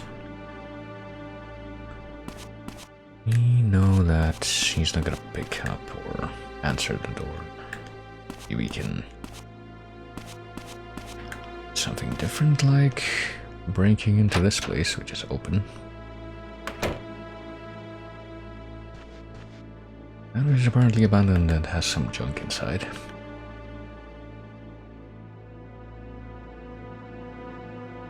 And wouldn't you know it, there's a hole in the ceiling here, kind of conspicuously so. And there's that old box model that we've seen a few times by now, at some point. It's the placement for it that's kind of awkward, but... seen this box model a couple times ever since the first day when we have to spy on the meeting at the church.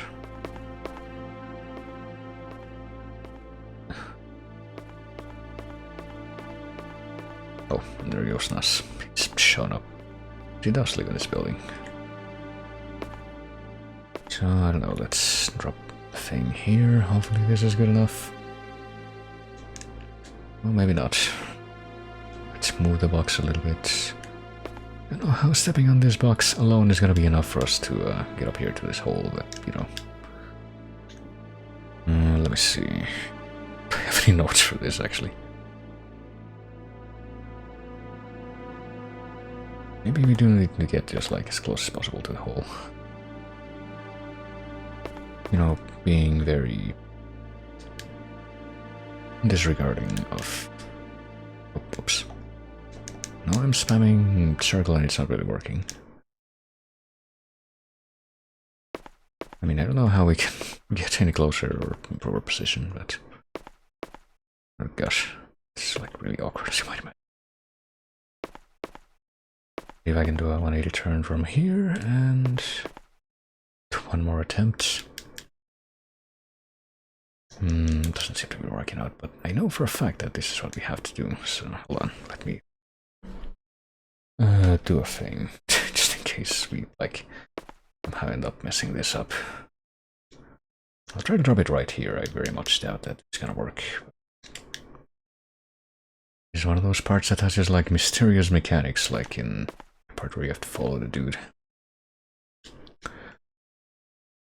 to the place where the people are hiding out in the workers' lodgings, and yet the way that you actually trigger the end of that sequence is by hiding behind a nearby corner, not by just going right up to him as he stops moving. Game is filled with some of the cryptic stuff like that. I don't know. Can I like back up after? I guess I can. What if I do this? Is this gonna be good enough? I don't really imagine myself getting much closer than this, but... oh, it doesn't seem to be working out all that great. Gotta keep trying, I guess we'll put some distance.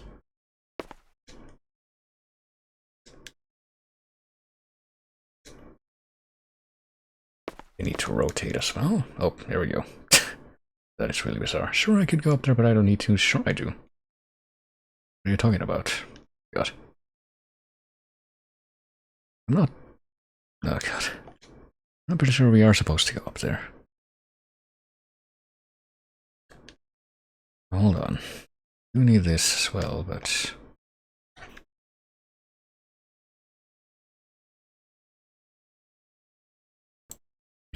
no, I'm pretty sure we do need to do that. Oh, this is not a great sign. Hold on.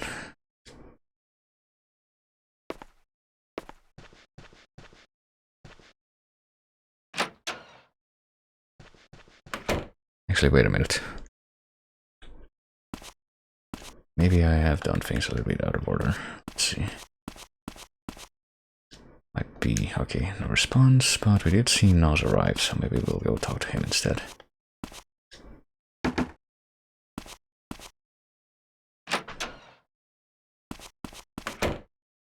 What are you doing here at this hour? Well, you see.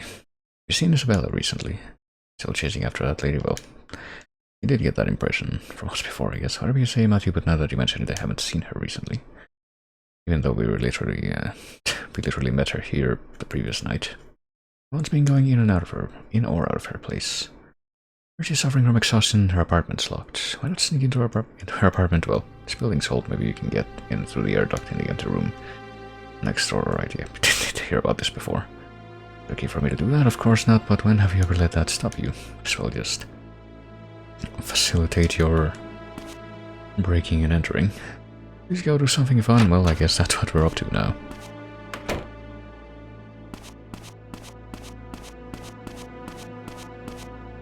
Oh yeah, I did. I guess skip that step. I was like worried for a moment. Tried fucked up somewhere else along the line, but this isn't too bad. Alright, so we should be able to actually trigger this from here, and yeah, it's a really bizarre angle to do that, but here we are. And you know, speaking of potentially fucking up your playthrough, if you get this far and you don't have the lighter yet, you are screwed, but we do have the lighter. So we're able to explore around this place, which, fortunately for this part, they do stop the clock. We can't just take our time, because it would be really annoying to have to do that, while also being, like, pressured to not waste too much time.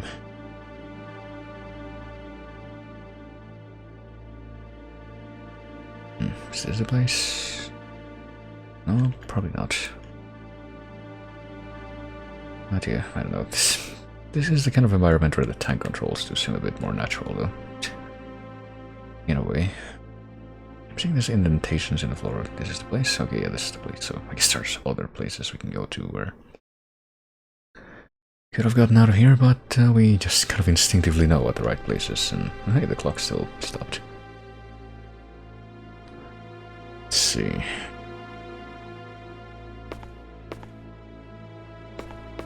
Dropping in right on the bathroom as well. What would have happened if she was still here, and not only here but in this room? Well, but no, apparently one of the chairs was knocked over, and this sofa was shoved to the side, so it's not a great look. But here's a photo. Wonder where this cabin is. Or is no, not there. We've actually seen that cabin, but I guess Matthew doesn't instinctively recognize it.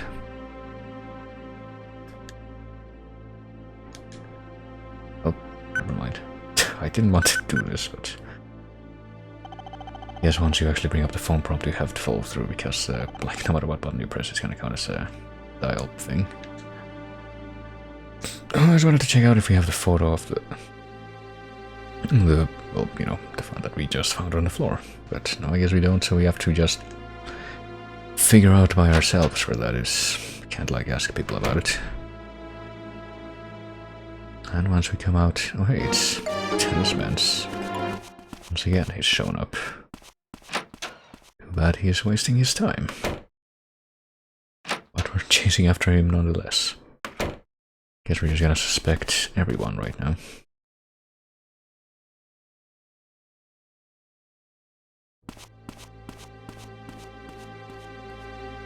Pretty sure at some point here we're gonna regain control, so.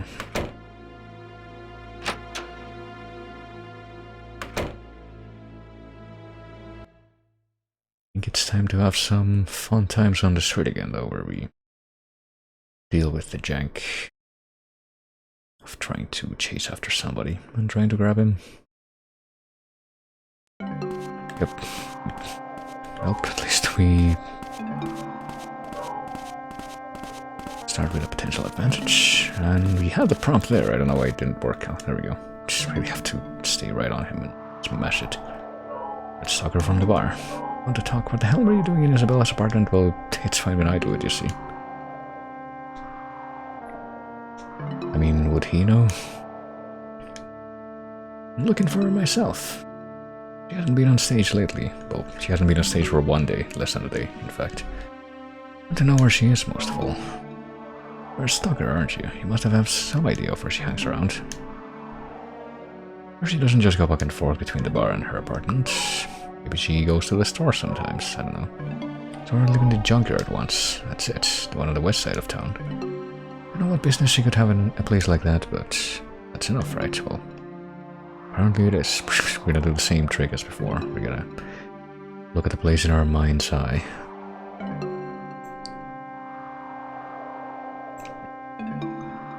And when we come back to, he slips away. So that's twice in one day that happened, but I have an actual follow-up now. Or lead, I should say. Oh, it's off to the junkyard. Let's go to the town center first. The actual center to figure out where we're going to get there. And the address, I'm pretty sure that we have to go this way.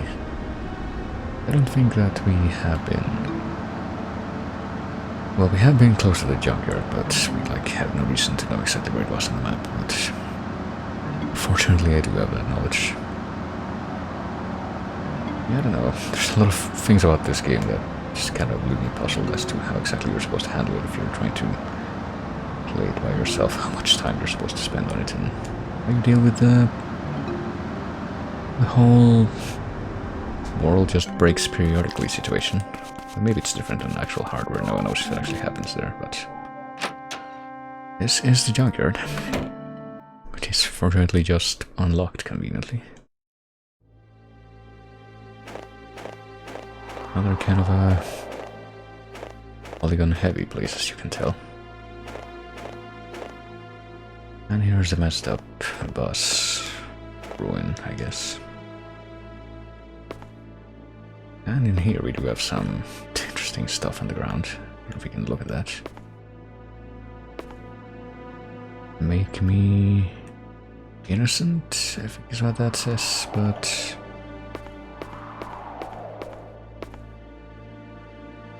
What's this here? This is blood, isn't it? No, it's probably pasta sauce. What's with this seat? Actually, hold on a moment. Before we mess with the seat, can we actually examine the graffiti on the floor here? Because I don't know. I don't think we're getting a prompt for that at all. Gonna have to read it ourselves, I guess.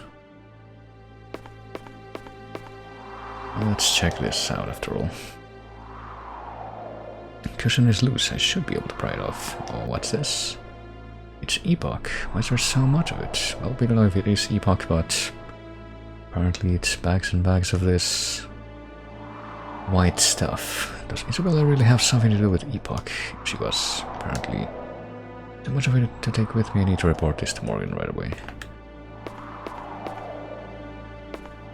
If she knew about this, or if she just hung out around this place where this very incriminating stuff is. Well, here's a doggo. Well, he's like our doggo. I'm sure he'll be nice, and sure enough, Matthew knows this as well, but...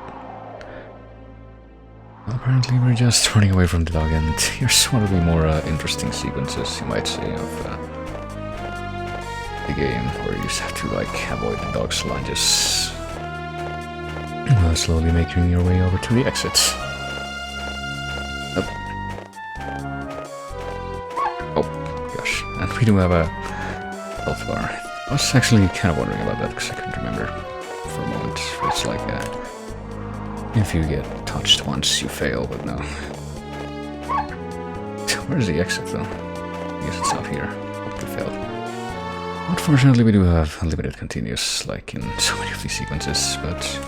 I mean, speaking of that, one of the sequences where you don't have a limited continuous is the one where you chase Mel on the bike, so that's why you get a hard save there. As you might imagine, you're kind of screwed if you fail that one, and you can't, if you try to continue on after you fail that one, I guess I should say.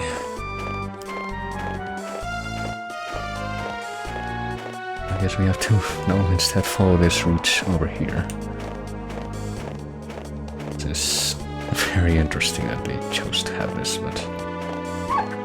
Let's bring some variety into this stuff. I guess we can just try to cheese it from here, methinks. Or at least a little bit. There we go. Matthew reported what he found on the bus to Morgan 1 hour later in front of the junkyard. I guess we couldn't show another cutscene for that, or wanted to expedite just being back here 1 hour later. And here we are. But we can't go in yet, even though we need to talk to Morgan, says this guy. Sheriff is busy right now. You know who I am? Nope. I'm Matthew Williams. The police are allowed to enter. Well, wouldn't you know it? I guess we can just repeat that dialogue. But fortunately we do have the... well, not this. I didn't want to do that. But for some reason the exit of the junkyard does count as a... I guess a place that doesn't put the system under as heavy load. That just means that everything goes faster, such as the menu, but just kinda slip past things because they're usually slower. But hey, check it out. I have the police badge with me. Show it to him and he'll tell you to let me in. You're a deputy, there's no way I can just let you in, but I was literally deputized. First I've heard of it. Conveniently enough, here comes Hudson to the other side of the situation. He wants inside and he's being a pain in the ass. Well, he's got a badge, doesn't he? You vouch for him, Hudson, then it's fine. Well, wasn't gonna happen otherwise, though. So I think it is possible to, like, you know, get here and do this whole thing without having gotten the badge, and that's another check of whether or not you've screwed up. So I guess we just head back into the bus. And now Morgan's just here. I don't think you can check the graffiti on the floor after all, you can just look at it. And here with that badge you gave me, sort of. So it was useful after all.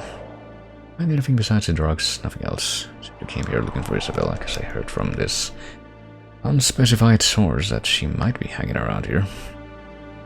Well, I don't think she was dealing epoch, but she definitely knows something. We'd better find her. Your old driver Bonehead was stealing epoch behind her back. Hold on, my freaking mouse pad is slipping, and the mouse with it. That's not good. After we heard about him from Mel, we've been looking for him, but he's covered his tracks well. Find anything? Dennis Aston is the listed owner of this junkyard. Very interesting. Is there any land left in his town he doesn't own? Well, that's our excuse to bring Dennis in for questioning. So the epoch belongs to him. This place is a vacant lot, anyone could have snuck in here to hide the epoch, and you can bet that's what Dennis's lawyers will say. I'm back to the station, there's nothing else we can do here.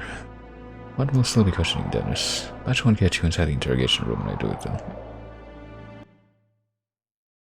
We have yet another person to point the finger at.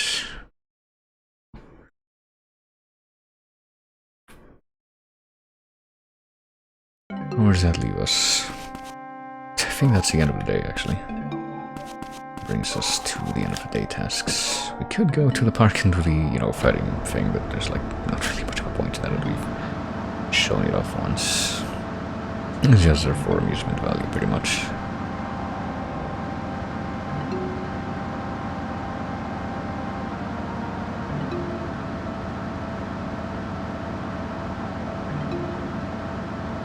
I guess we can go through the motions of topping up the gas and then probably just sleep.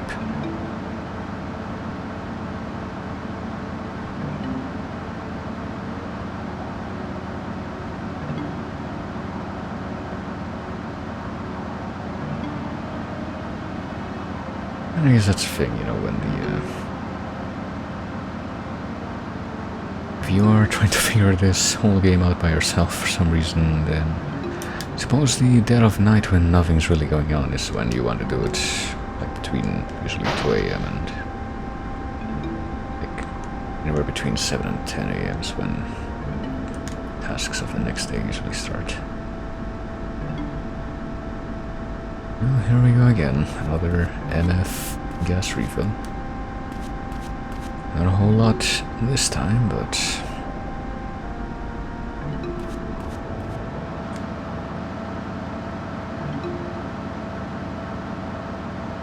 still a good idea to do it.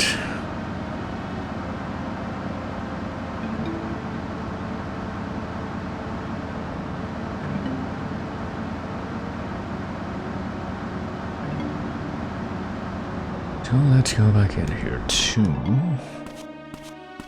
our sweet hovel, where we can pet the much friendlier doggo.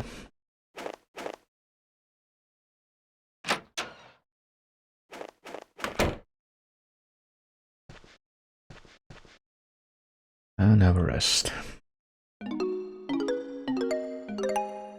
Yeah, I'm a little bit paranoid about messing up stuff and not realizing it, but I'm sure we'll be fine.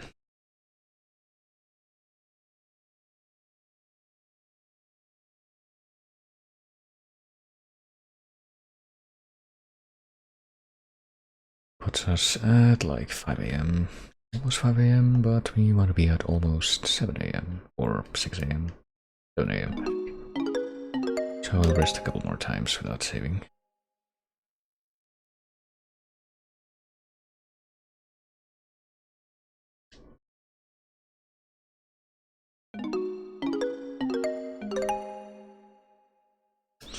And we will carry on to the following day. See if I can also get that done today. Tonight, in, in actual RL time, I mean. I don't think there's like anything else that shows up in the mailbox, but can do a symbolic attempt to check.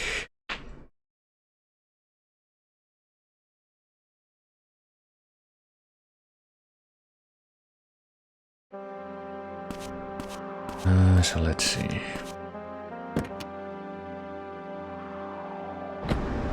Let's head over to the police station, I think.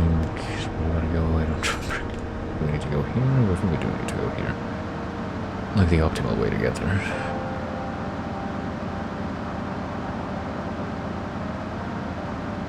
I think it's actually this way, yeah. I didn't even brought up the freaking map once, but... Oh god, there's a floating car up there, as you can see, that's like... And then it snapped down. I think I've actually seen a floating car like that, though, before it, like, snaps down into the world, which hasn't loaded yet. Different sort of priority loading order.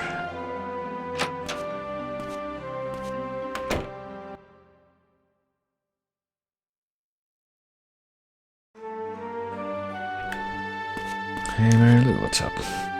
Says we should ask Morgan if it's about the case, but if we do that, well, we can also check the bulletin board, I guess. Large cache of drugs discovered at town junkyard. Drug known as Epoch was popular on the west coast in the 1960s and is a powerful hallucinogen. The owner of the junkyard, Dennis Aston, 57, made the following statement. Haven't used the land in years, so if people were going in there, I wouldn't know. Well, that's pretty predictable. Saying dodgy looking people running in and out of that apartment building, yeah. So that hasn't changed. I think I can't go in there right now, though, here. Even after she told us to ask Morgan. Are they questioning Dennis? You know about it? Yeah. Every time he comes here, he's angry about something. I can't stand him. Well, I think he's just always like that. I wonder if he's eating enough vegetables. Well, let's sue you for harassment if you pull this stunt again. Not a threat, a fact. You just think I own too much land in town, isn't that right? Keep a better eye on your land so something like this doesn't happen again. I don't have time to deal with crap like this either. There he goes, just shrugging it off, as we predicted. He hasn't used that land in years and wouldn't know if someone... I mean, the same thing that we just read in the bulletin board, presumably. Wouldn't know if someone was sneaking in there. And about the Epoch, naturally he denied knowing anything about it, but when I showed it to him, all the color drained out of his face. You can recognize it at a glance. That must count for something. Boy. Recognizing a drug when you see it isn't proof of any wrongdoing. Why not search his house and what grounds we have no hard proof tying him to the Epoch? Well, can't get a search warrant of suspicion alone. Right now our best chance is to find Isabella. Write up the recent developments on the board in the conference room, but my green marker ran out. Can use yellow instead, but it won't look very pretty. Well, apparently he doesn't care. You have no call to get snippy with me. I'll put the junkyard info up in yellow.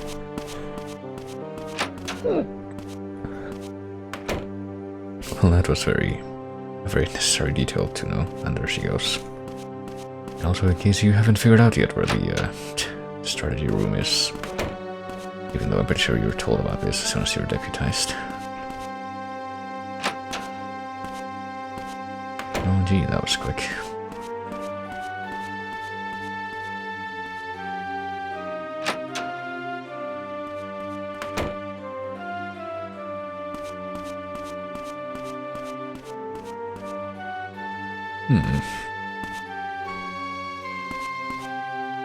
And now she's just back to her default self. So might as well go in there and check out what additions she made.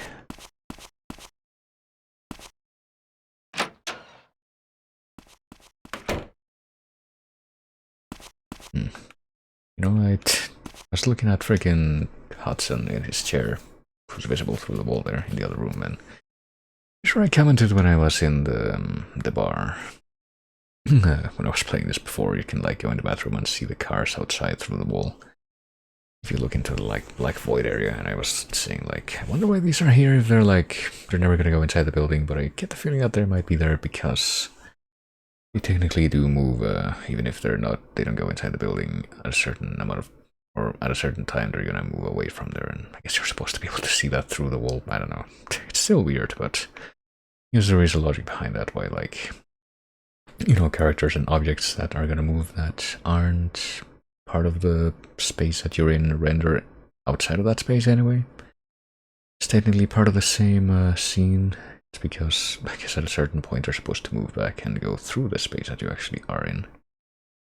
That's how they do it. Anyway. Nobody's seen this whole thing, we can check it again.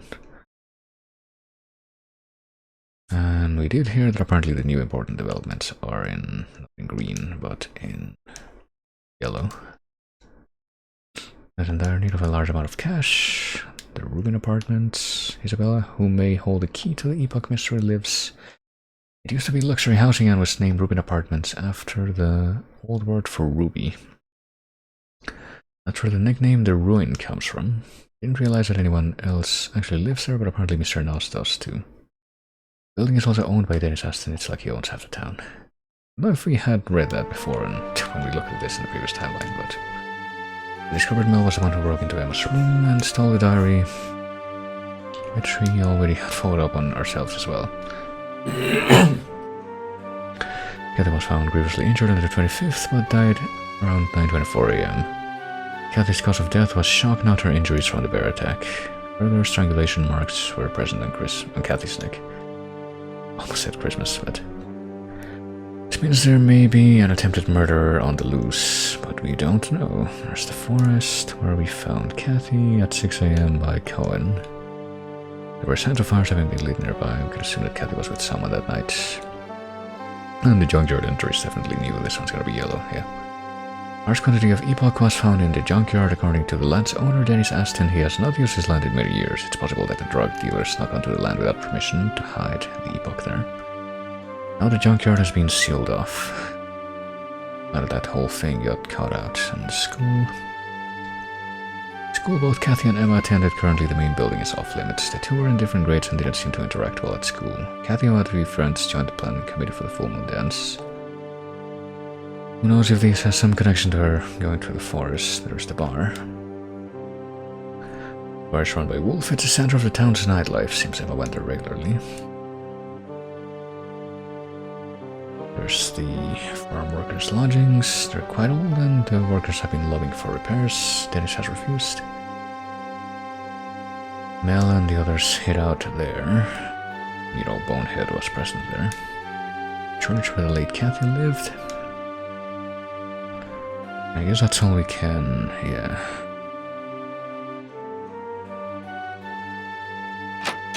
Oh, and here comes Merilu. There you are. Wrote a lot, huh? Quite eloquent. Well, what you wrote here about Dennis, hold on. The junkyard, the company housing, the ruin.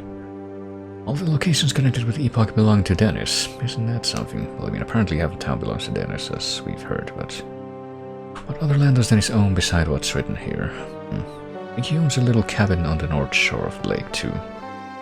But the far side of the lake, opposite the road. That cabin in the photo I found in Isabella's room must be the same one. Okay, so this is where we actually get that information. What about the cabin It's just a hunch. Well, not enough of just a hunch to where we're just gonna disregard that, you know. It's quite clear what the next step in our foray shall be.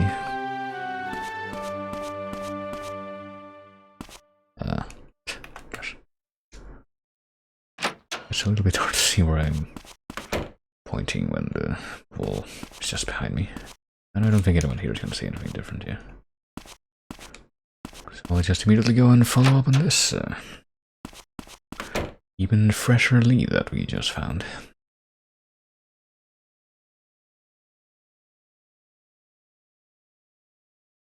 And the way we get to the cabin. Pretty sure you can actually... I'm not sure, I don't know. It might be possible. I'm pretty sure I did confirm before that it is possible to do at least part of what I'm about to do now at an earlier point in the game, if you are like fucking around and exploring, but...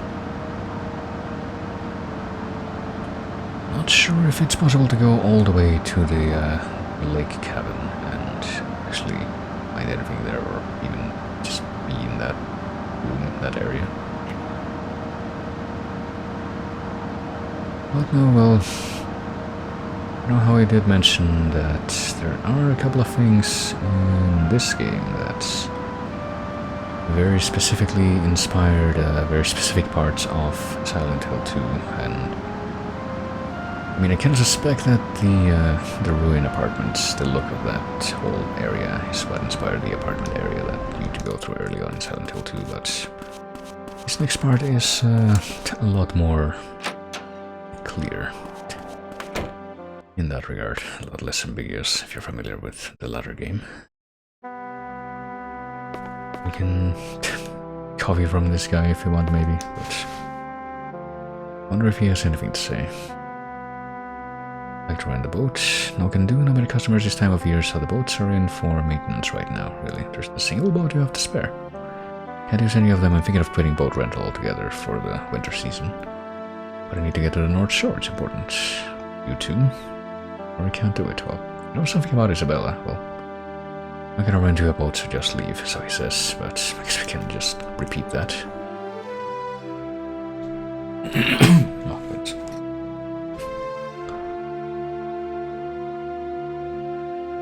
Just leave, but also give me food. Which I mean, coffee, I don't know. Does milk cost more than coffee? You look like a milk drinker. You're a milk drinker. You're a lint face.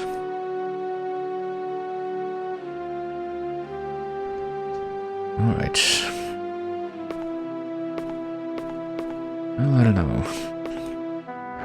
Pretty sure it is possible to come here before this point and, like, find a boat and get on a boat. And what is this now? Yes, Matthew. Isabella, is that you? Where are you? My ring, if you show it. What about a ring? Lion's dead. What's this about a ring? Oh, goodness.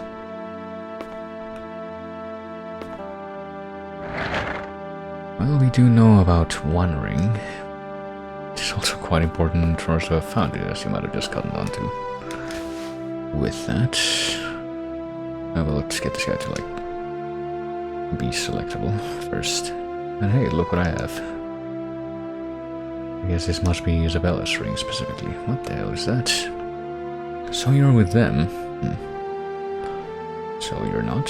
Isabella's on the other side of the lake, isn't she? Well... Alright, those guys showed up and told me not to rent out any boats. What a pain. Rent me a boat, I promise it won't get you in any trouble. Well, I think you should go, those guys seem pretty dangerous. But we need to look into this regardless. You can use the boat at the end of the pier, just leave me out of it. Well, there you go. We found a way. Roll.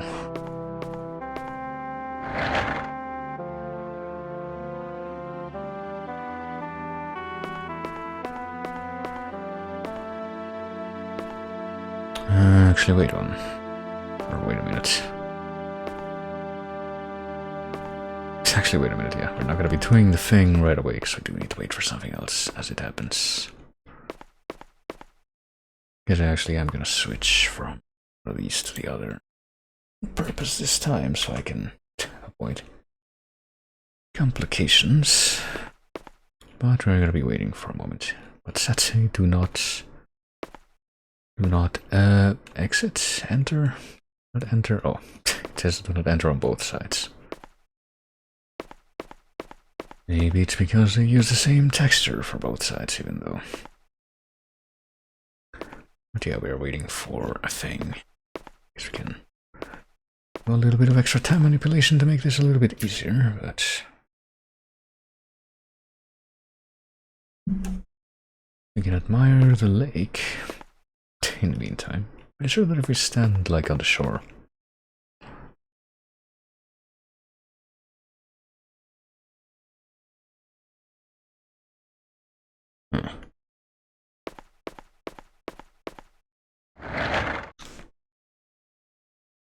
On the shore, not on the boathouse, but like on the shore that's actually, you know, outside. Just we'll head outside and see. Walk into the main overworld area.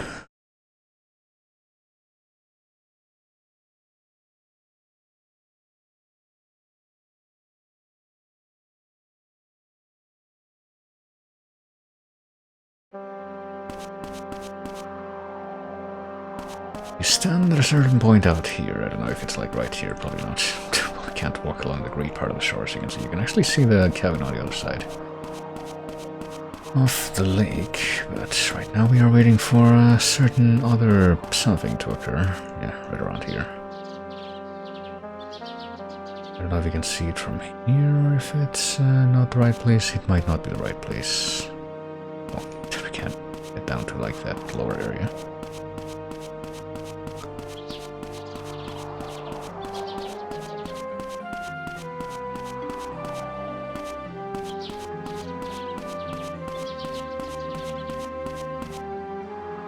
Nope, still can't see it, and I'm still waiting for the thing, and it's getting dangerously close to the what I thought was the time limit for the thing to happen, which does have me a little bit worried. Oh, here we go. Never mind, we're saved. Who is it? It's Winona. Can you meet me now? Sure, well, what's up? Let's talk in person. I'll be at the boathouse. I'm on my way. I'm just like checking out the lake shore because as long as I'm out here, I might as well try to fall through. Yeah, I think it's way over there. So you do need to like be a bit of a ways away from where the boathouse actually is, but you're far enough. Yeah, you can see the cabin in the distance.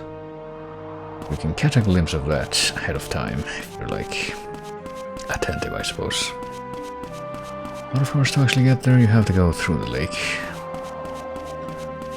So now let's head back over there to follow up on this little event that's kind of trickily handled.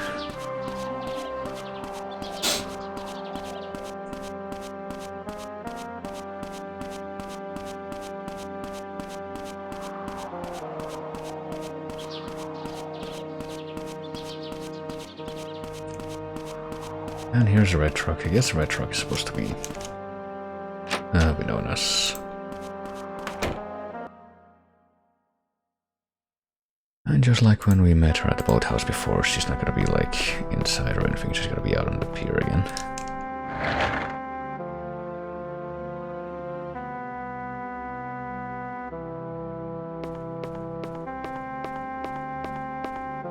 So what's the deal? Last time you saw Emma was by the lake, wasn't it? I wonder what Emma was thinking about as she gazed out over the water. That's not why I'm here. I asked Miss Holden to let me back into the school. Thought I might find some clues in Kathy's locker. Why didn't I think of that? Well, can't do this alone, Matthew. Remember that. Anyway, this was in the locker. Oh, I guess you did that already. Did find 24th at Woods with Emma, telephone, X squared triangle, and then something's been scribbled out too. I guess you're supposed to get that by brute force, but I should just know what last stage it is here. Well, they really did meet in the forest last night, or that night. So there you go. I guess we have some actual proof now. So hope this wasn't too little too late. We got Kathy's note. Emma is alive, right? Well, We don't actually know, but we do keep telling ourselves that. So let us go ahead and maybe check it out again. A wolf's flyer. Oh, is that what it is? We can't really tell what's on the other side. One in Kathy's locker. 24 at the woods with Emma. It's written on the back, and also that telephone, which isn't brought to attention by the thing, but we can call it.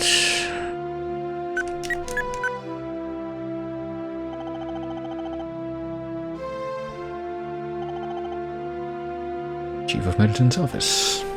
You mean Dr. Gruber? Yes, but Dr. Gruber's away from his desk. Well, what do you know? She had Gruber's phone number in that thing. This is Dr. Gruber's office. Apparently, she was in contact with that guy. Why did Kathy write down Dr. Gruber's office number? Is there some connection between him and Kathy? Oh, gee, I sure do wonder. But now that we've learned that bit of information, let's actually get on the boat. Now that we've been building up to that this entire time, and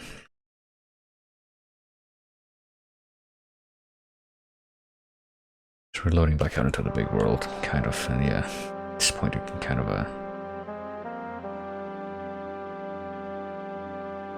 we'll see another point in which oh, it's X to. It's like LNR to actually steer this time, not just to do hard turns and X to row, but yeah, you can see where the predecessor for James's journey across the lake actually came from.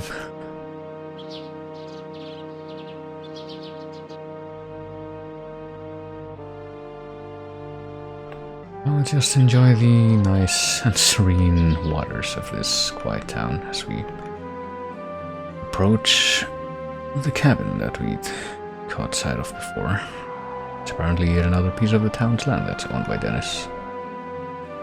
I don't know if you can like slow down or anything, but I guess it doesn't matter. You can just clip onto the pier when you actually get to the other side.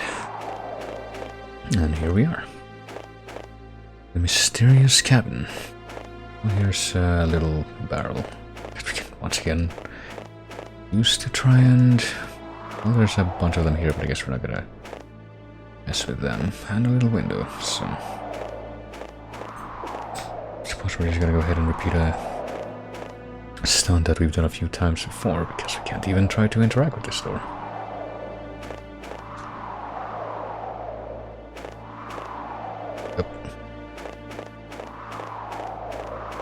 I think I'm trying to steer Matthew like a car when he, like, backs up. That's why it's a little awkward. Anyway. You already know what to do by this point. What's going on in there? Oh, hey, it's Isabella. And another guy. Are you gonna eat at all? Don't blame me if you starve to death. How long do you intend to keep me prisoner here? Do me a favor, lady. That idiot Mel got himself arrested. He's bound to snitch about you dealing Epoch. She's involved with that, but she denies it. You're the one who brought Emma and Kathy in, ain't you? And they were such sweet girls, too. Oh boy. She still denies it. Whatever the reason, you're involved, no doubt about it. No use deluding yourself now. It was just supposed to be a little fun. I never thought this would happen to them. Well, they were just kids. You're a grown woman. This is on you, and you're gonna stay put. You're just gonna kill me anyway, right? If it was up to me, I'd have killed you already, but the boss told me not to. And I've got my hands full babysitting the both of you. And who else do you mean? A girl you know all too well. I can't believe it, she's alive. No thanks to you. So, well... It's getting late, we're way past due to change shifts. Gonna go check outside, try to escape, and I'll shoot you right in your pretty face. Where would I even escape to? Well, point taken. You just have a nice swim across the ice-cold lake and get to the other shore. Apparently we signaled to her. I'm coming in, but he'll be back soon. He went to the shore. But he did say that apparently someone else is supposed to show up here.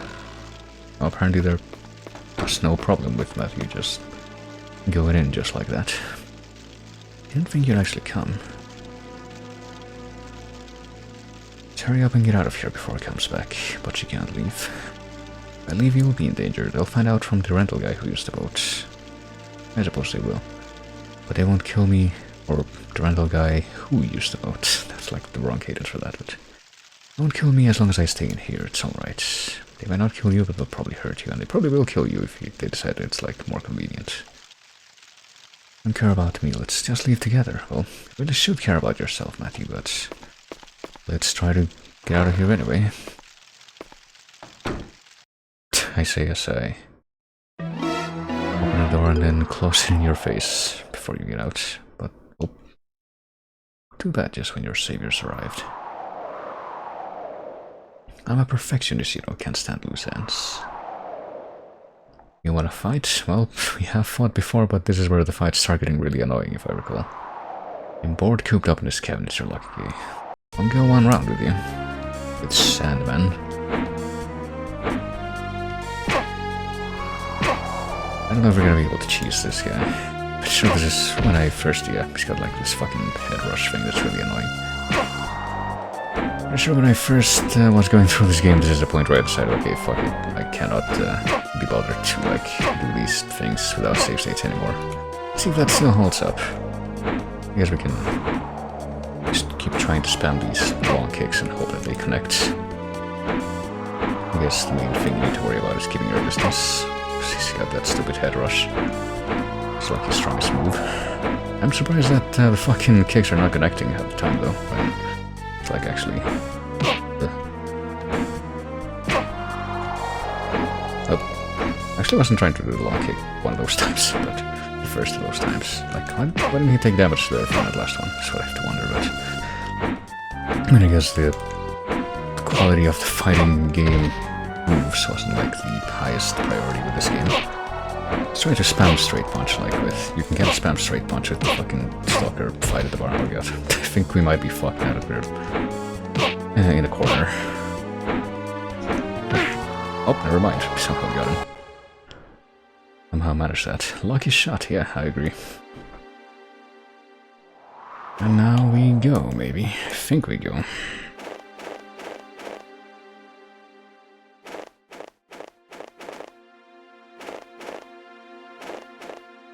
But Isabella says... What? Emma's alive? Yeah, I'm pretty sure that was implied in that conversation that we just overheard. But... Oh, apparently this guy wasn't quite done yet. Told you, lady, I'm a perfectionist. Got her into this, Matthew, I got Emma, and apparently Kathy into this, based on that if what that guy said was true.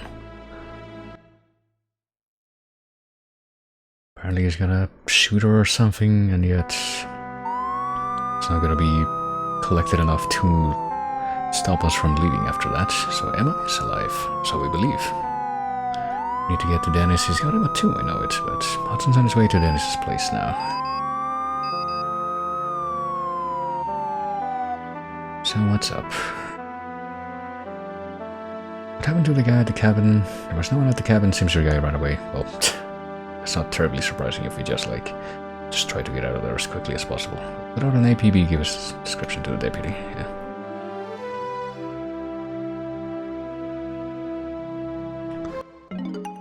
Dennis is dead. Oh, really? That's sudden. What the hell is happening to this town? And what's gonna happen to Mel at this point, too? Was it a murder? Do we have any suspects? He shot himself with his own gun. It was suicide. Or so we believe at this point. So Dennis is also dead after this whole debacle just keeps escalating.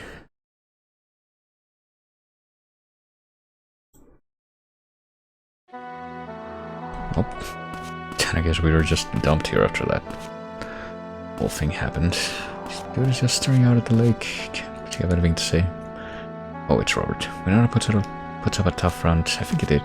We did run into him like here a couple days ago, where he was also just like, yeah, I come to stare at the lake every morning. It's great. But now we need to go and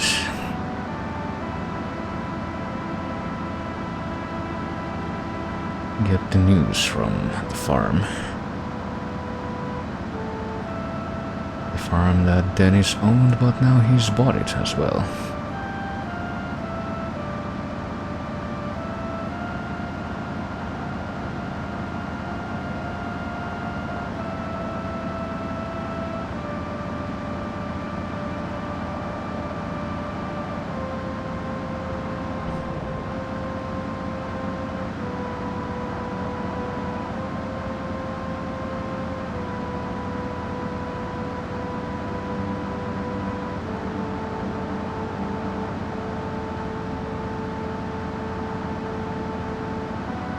So yeah, we did just hear that apparently something real interesting just happened here. Wonder if any of these people know anything about it. Can we talk to them? Is there any point saying anymore? It's also hopeless. I guess that does technically mean that these people are probably all out of a job then. Are any of them saying anything different? Nope, it's also hopeless. Times 3. What's going on? Nope, here comes Morgan, I guess. Leaving behind an after image of itself, of himself in the... Oh wait, no, that's the threshold. At the warehouse, I'll head over to Gruber Hospital. Did Dennis really kill himself? He was still holding the gun when he found him and he left a note. It said, he admitted to dealing Epoch. He must have gotten scared after we found the stash at the junkyard. He knew we were closing in on him. As for Emma, I didn't say. We'll check all the places in town Dennis is associated with for her. So Dennis was behind everything, or so we believe. If Isabella pulls through, she might be able to confirm that. Right now we're operating under the assumption that Dennis was a mysterious big boss that was pulling all the strings, which seems a little too convenient, but... Going to the hospital, can you come to the station later? There's a lot I want to discuss with you. Alright. We'll have to do that, but... I guess now the police has disappeared. There's nobody here? Well, the owner died. And I guess there are these guys.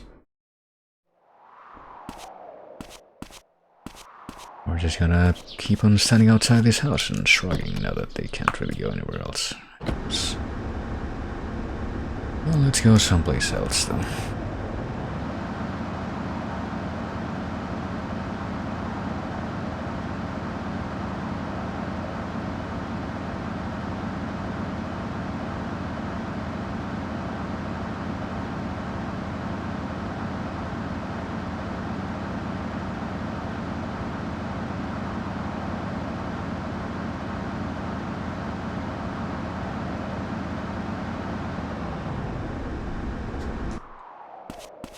Let's actually go to the cemetery instead. Before heading anywhere else, and see who's hanging out here. Why, it's this guy, of his dead adopted daughter's grave. That also absolves us of our sins, such as the gift of Christ's sacrifice. I don't know if that's how it always works according to things, but you know. Shall close our ears to God's word and live a life of sin. Everyone dies, but few live a just life. Not only Kathy, but all young people these days. At least darn kids. Emma will face God's judgment for her sins as well. But Emma's not dead yet. Perhaps not in body, but certainly in spirit. She left the Lord's path long ago. See, that's nice. Like every time we meet him and we hear him speak, we always end up saying the same thing. Should have been more strict. Well, that's a nice way to look at it.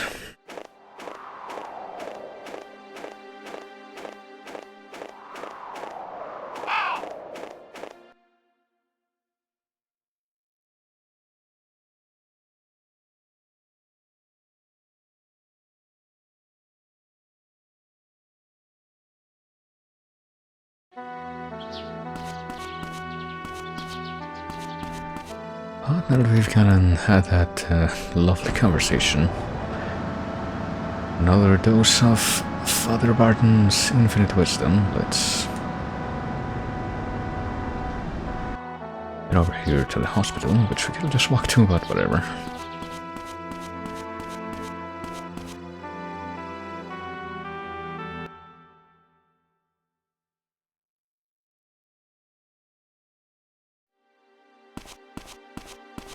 Hey, there's the guy we wanted to talk to. Got any young female friends? I'll make it worth your while. Well, I do have one that apparently had something to do with you. Recognize this. Use napkin? Well, this wasn't Kathy's locker, and it has your office phone number on it. Now, why would Kathy have your number? Well, you know something about Kathy, don't you? It's no big deal, he says, at the bar. Well, a while back, Kathy and her friend were there. I was drunk, you see. I gave her my number. Well, her friend, a girl named Loretta, who we did meet before. That's the girl we met at Kathy's funeral. Not like I did anything with her, we just had some drinks. Well, I was wasted, I don't remember. Loretta lives out of that van. She's homeless? Well, I don't mean she literally lives out of a van. Just always see her there. But I mean she works at the taco van in the afternoons. That yellow one parked in town. Well, we have seen that taco van. Let's keep this our little secret about me and Kathy and her friend. Well, and like me, you have to maintain a certain reputation, you see. I'm the chief of medicine. And that's all he has to say about that. He just goes right back to saying this, so I don't think he cares about it as much as he purports. Have you heard about this song, by the way? I'd like to ask you about Isabella. That's what I call a classy broad. Well, shame about the gloomy face, though. Any idea why she's so down? Doubt singing at the bar's all that stressful, though. Well, who knows? Depending on how much money you get out of that. Have you seen this? I guess we haven't really asked him about much of this stuff.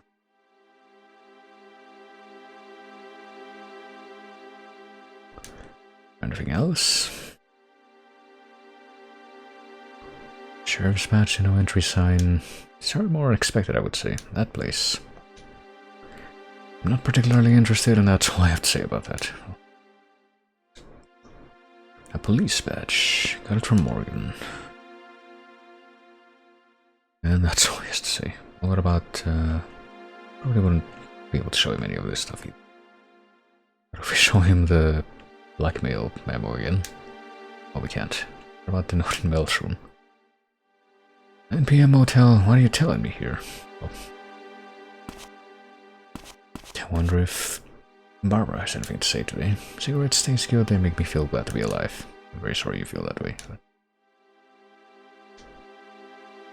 Elvis Presley, he made some real music, everything else is just noise. Well, I think I actually accidentally hovered over the news thing on my taskbar that I keep complaining about, and I think one of the things that came up there was that...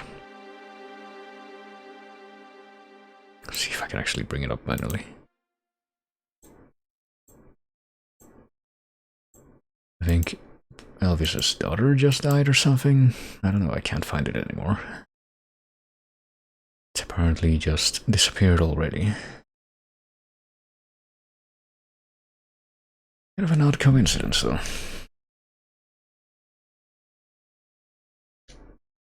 Oh yeah, we did show her this before.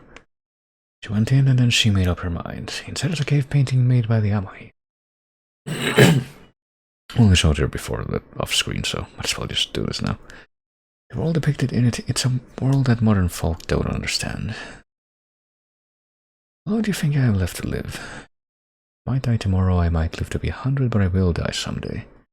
No matter how much I don't want to, that's just nature. That cave brings out those kinds of thoughts in people. Well, do you have anything else that you want to talk about? What about my badge? Are you a police officer now? Well, just a gift from Morgan, because I guess I technically kind of am, since I have been deputized, but... I hope you're not going to use it for something illegal, well...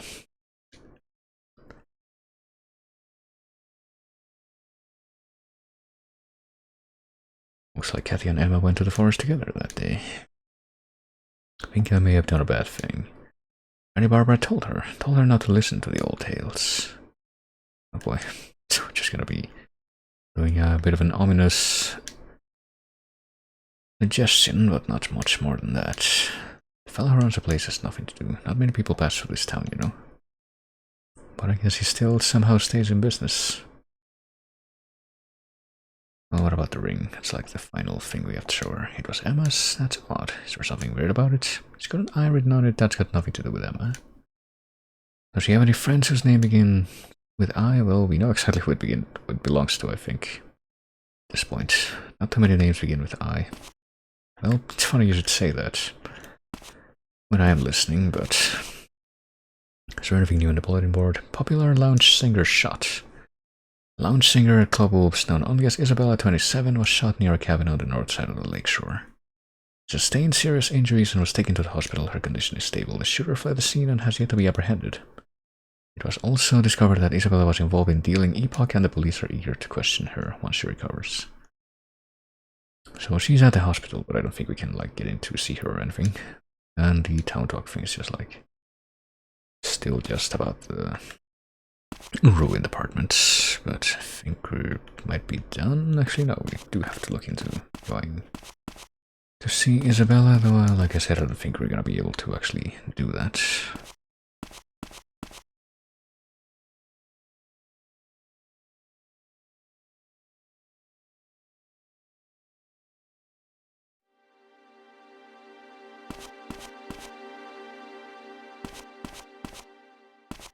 And apparently she might be in the same room where the dead girl was. Is Isabella in this room? Yes, but she's still very ill. And here comes Samuel, even though he was just downstairs. He's still unconscious due to blood loss, but as we've removed the bullet, there shouldn't be any complications. A few hours at least, at most a few days, time will tell. Will is in here, but she's in no condition to have visitors.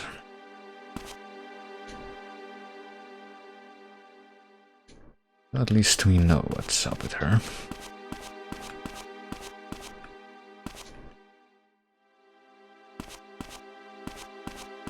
And we have a few more things to look into, so let's get on that.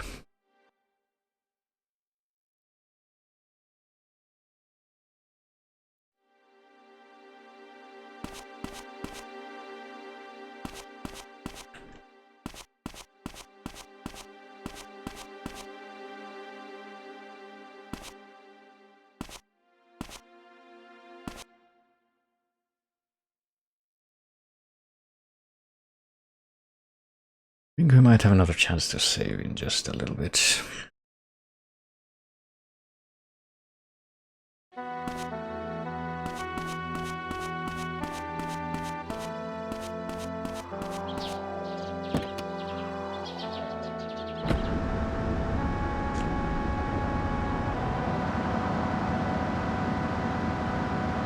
And we did hear a while ago when we were at the farm, I think, when we were going to check up on the situation there, that What's-His-Face was going to want to talk to us in the sheriff's department after the fact.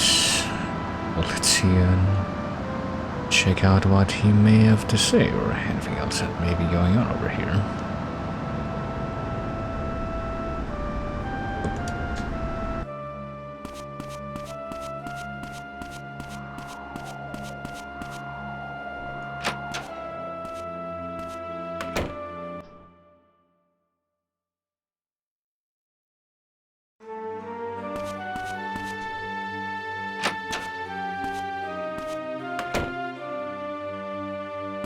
But first, let's check out the holding cells area.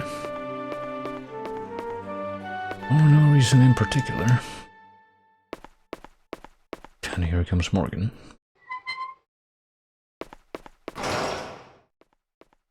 El sure is still in there.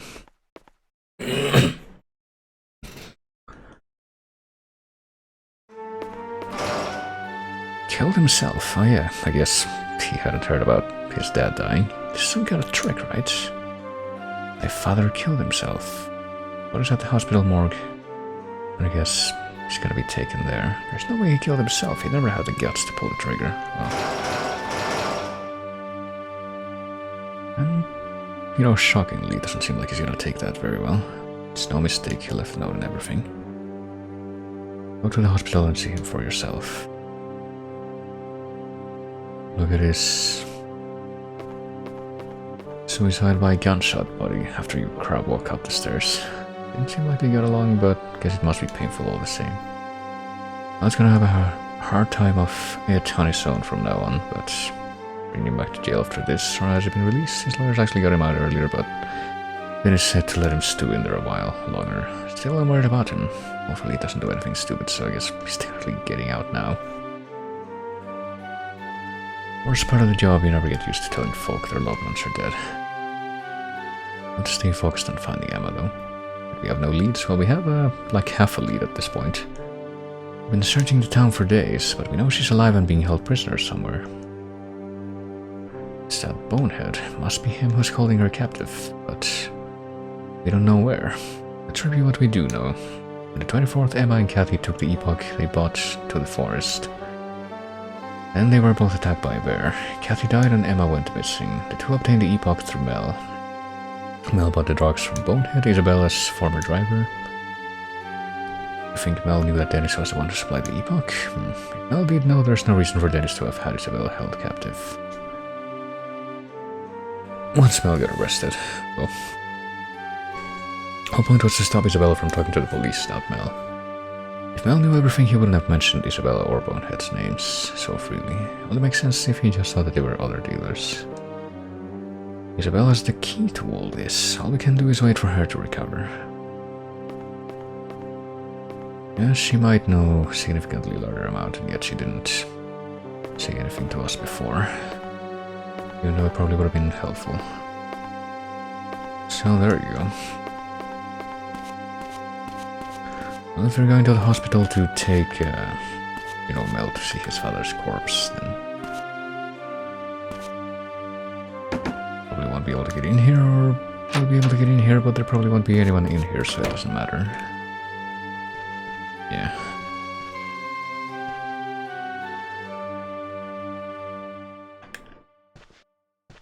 I think Morgan is being a lot more open with the way he shares information at this point.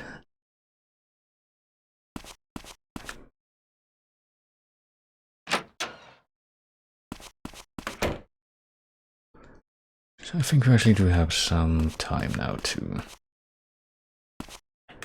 go and save the game again.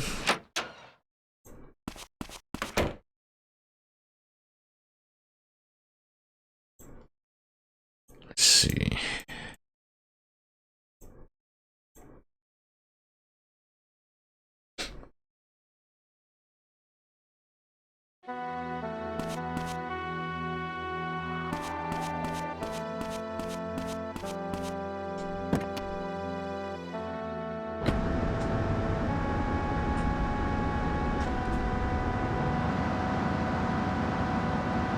Because we do have to meet with someone on... But I think that's her again.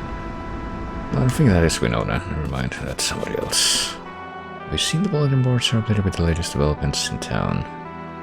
Really informative, well, I don't know. I guess that might be... You miss one of these major events and you want to... you're doing a blind run and you have no idea what you're doing.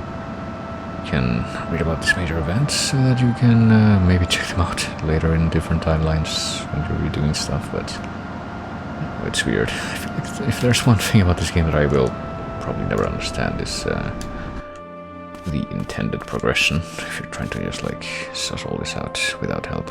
Main school buildings are in place off limits. I forgot something in my locker, but I can't get in. Yeah, we heard about that from this character before as well. Oh god. It's a beautifully textured character. Does that say Motorom or Motoroil? That says Motoron. Is that like Bukan? Let's say /compact or maybe differential compact. I don't even know. Derivative. Oh, that's the same character. I don't think that is the same character. If we can catch up to whoever this is. Rad kid wearing a baseball cap backwards. Sheriff's Department. Gruber Hospital. My skills memorizing phone numbers. Yeah, we've run into this kid before as well. There's only 256 possible combinations of circle X, triangle, and square, so figuring them all out is like a puzzle. Ringwall gas station. That. Well. Another beautiful face.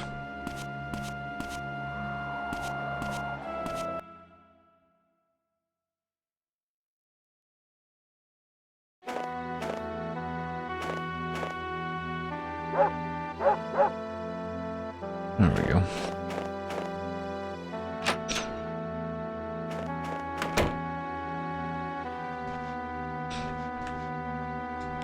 yeah, let's rest up. Let's have a 1 hour nap because it's not gonna be very far until we do the next thing. Or very long, I should say.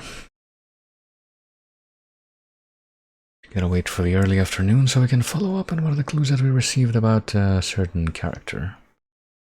Which will hopefully give us more clues.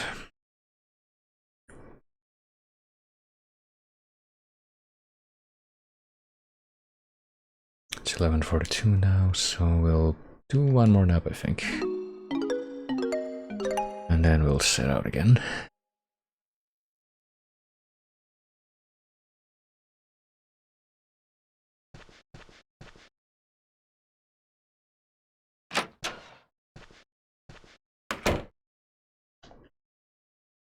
Oh yeah, can't forget to interact with the doggo. Very vital piece of information for this puzzle. Puzzle that is this game. I ought to say.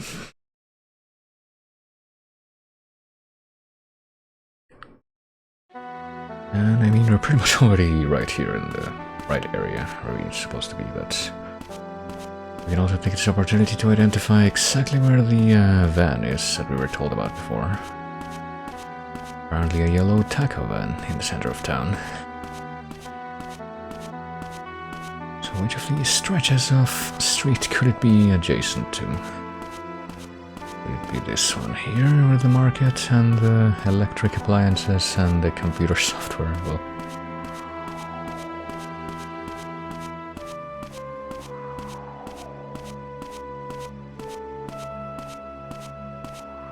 There's Main Street. I wonder what the other street is called that intersects with that one.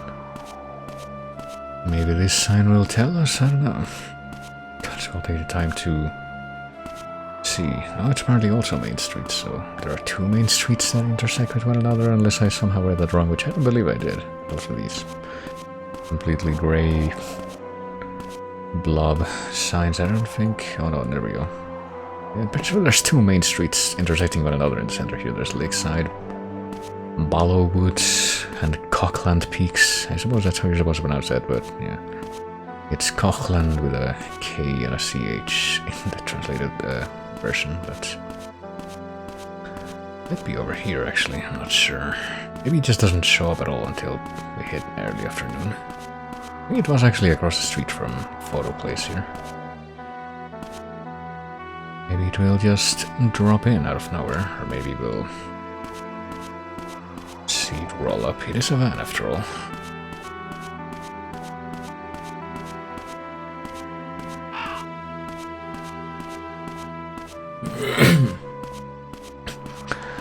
Alright, I believe I do have a note here though about where it will be, or where it's supposed to be. We can go to the steakhouse and nope, here it is. You see, it just hadn't shown up yet.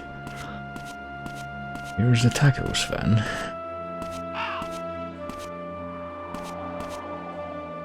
And here is Loretta. Have we met before? In fact, we have at the funeral, but... wanna ask about Kathy. There's nothing to talk about. I think Kathy was in trouble. No, aside of Kathy that we don't. Am I right? Can't talk here, you never know where that priest's lurking. Oh boy.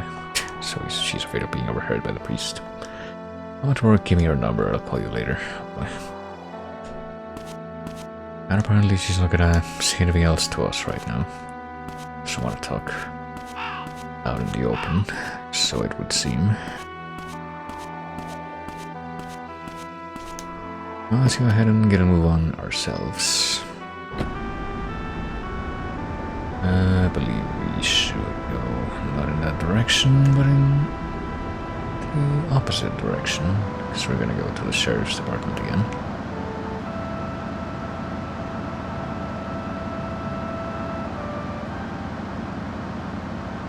There might be, yeah, another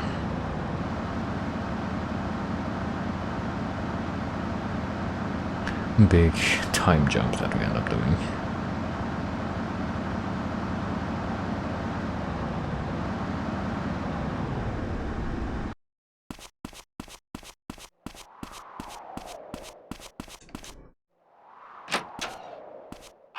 But right now we're just gonna see what's going on in a couple places, such as here. Wolf is apparently coming out of the station here. Still with that cigarette just clutched in his mouth. Not gonna say anything to us, but he's questioning Wolf about Isabella. Isabella's late husband was Wolf's younger brother. Wolf had Isabella move to this town so he could take care of her. He got Dennis to agree to rent her a room at the ruin. That place wasn't taking any new tenants, and apparently Dennis was against it at first. However, he had a sudden change of heart and let her live there for free, which is pretty suspicious. Same reason Dennis did anything else, money. In exchange for her luxurious accommodations, he had her scout for new people to sell Epoch to. Well, with all her fans, she had an easy time convincing folk to try it. I wonder if that stalker was also, like, hooked on that or not. And Bonehead would deal with the clients that Isabella brought in. To give them an excuse for being together all the time, he made Bonehead her driver. There's no way Wolf didn't know about Isabella being involved in all that. It was like he knew, but Isabella's performances were only getting more popular, so he looked the other way. Maybe he thought Dennis could help Isabella make it to the big time. It looked to me like she was suffocating under all that attention. Wolf was just being selfish. She was bringing tons of customers to his bar, yeah. Another motivation. Wolf seems remorseful now. He said that once Isabella's better, he's gonna take care of her himself.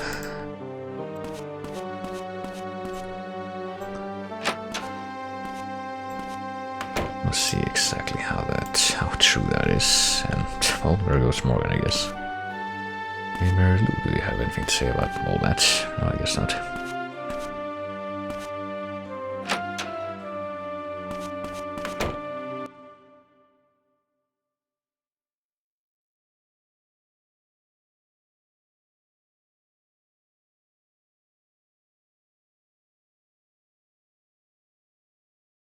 Well, just one more pit stop we may have to do before we do another time jump.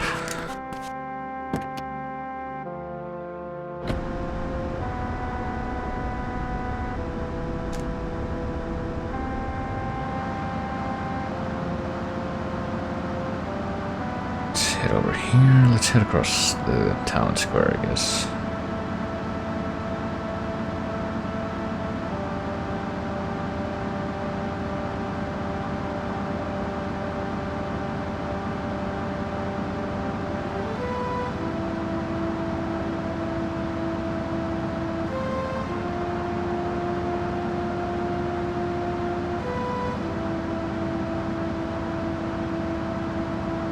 And head back up to the church, which would mean heading over here first and going across the now open road once more. Oh shit, and then falling off the world. Let's try that again.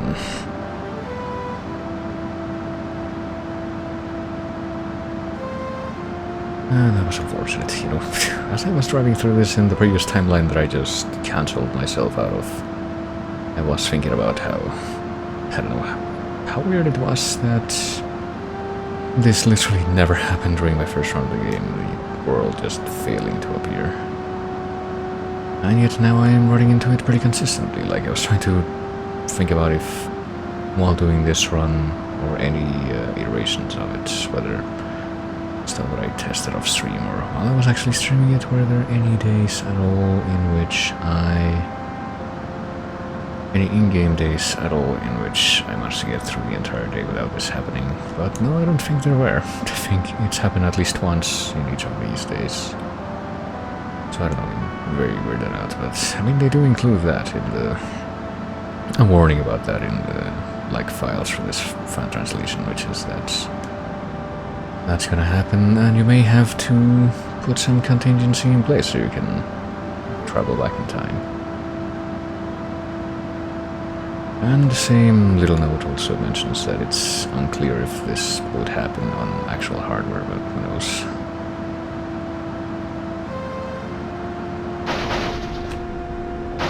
Shit. Alright.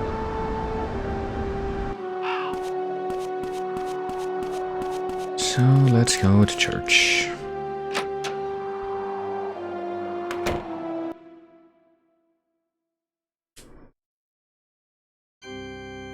Those guys.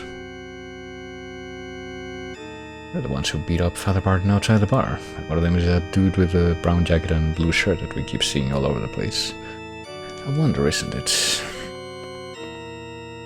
I'll see, why are they here? They've finally seen the light. It's a true miracle. So he says, can't believe this. These young men have taken responsibility for their actions. You just felt like coming here to pray? Not really. Well, you'll understand if you learn to live decently too. Not that I could persuade you. What are you talking about? Well, all that matters is that they're here now. And he's taking it awfully well. Being very eager to see it, but they do seem to be acting kind of weirdly, don't they? What's with those guys? You wanna hear more about that? Talk more about that? No? Well, that might be, what's his name again? The fucking mayor guy. Steve.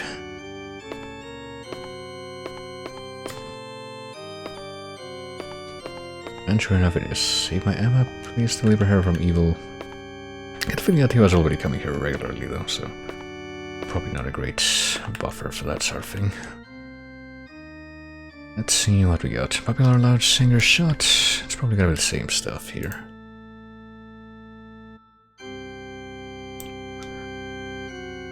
He was involved in doing Epoch, questioning her, but we won't get the answers for that until she does wake up, which who knows when that's gonna happen. And still, yeah. Spooked out about the apartment building.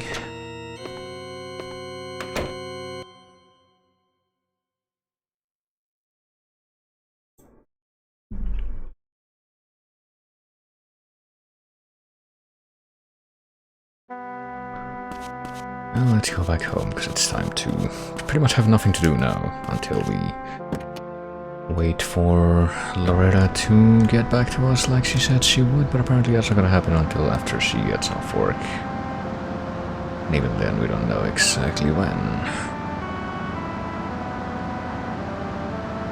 Because why would we? So let's go and take a nap after we drive down from this mountain again.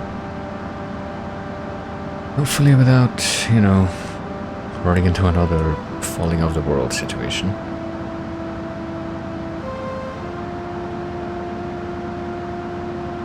I feel like the combination of how I end up pronouncing world a lot of the time and, you know, this context of going up to church and being afraid of the game world just falling off does give me a combination of these particular things, very specific things, these thoughts. Makes me think of fucking Father Ted. Why am I looking at a globe of the world? Just figure out where I'm going to send you next to do missionary work. You want to go to South America?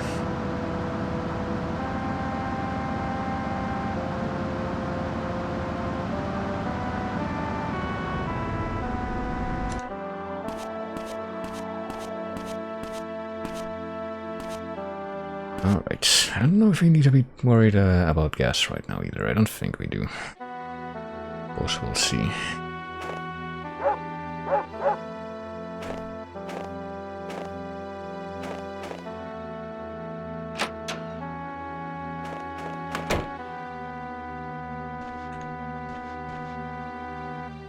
Guess I should rest up a little. I'll do a 5-hour nap, in fact. It's like 1 or 2. I think it's 2. Is it 2? It should be fine to save, I believe, but I think I'll play it kind of ironically safe without saving, because he's paranoid about this time-sensitive stuff. It is after 7 now. Let's hang out outside, I guess.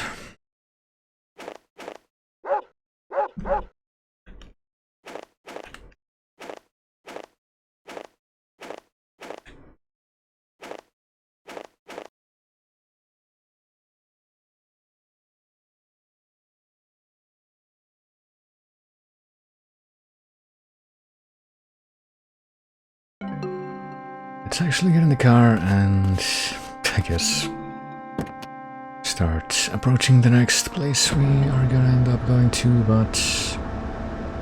well, I don't know. Maybe we shouldn't approach it. Maybe we should get some gas. I don't know. I guess we can be prudent and try to do that. We probably are gonna have to do a second run of gas at some point after this, between this next thing and when we end up going to sleep. Or just end the events of the day, but... let's go ahead and do this now.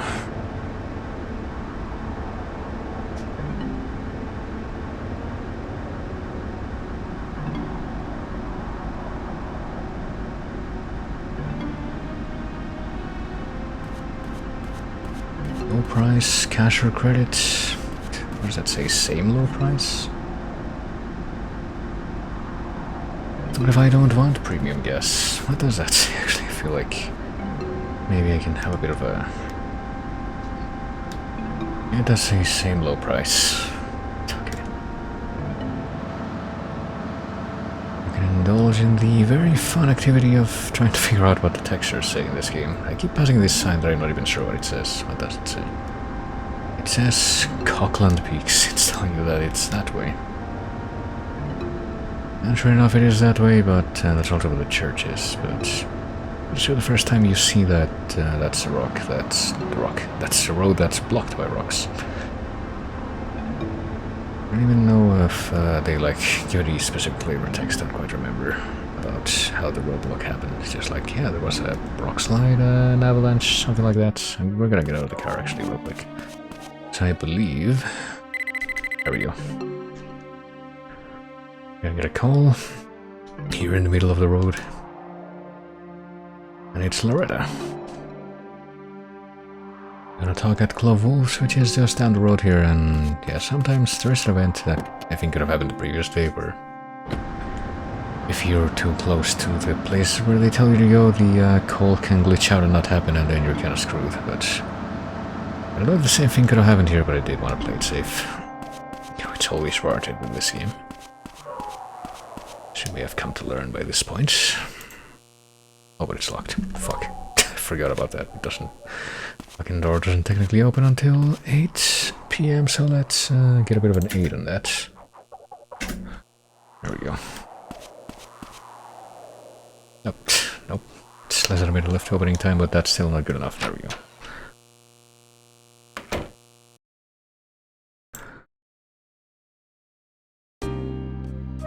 Right then. Let's see. We're supposed to talk with Loretta, but James is just hanging out here as usual. I don't remember if we've seen Loretta just sitting here before, but if so, we weren't able to talk to her. So Dennis committed suicide. I can't believe he's the one who brought Epoch into the town.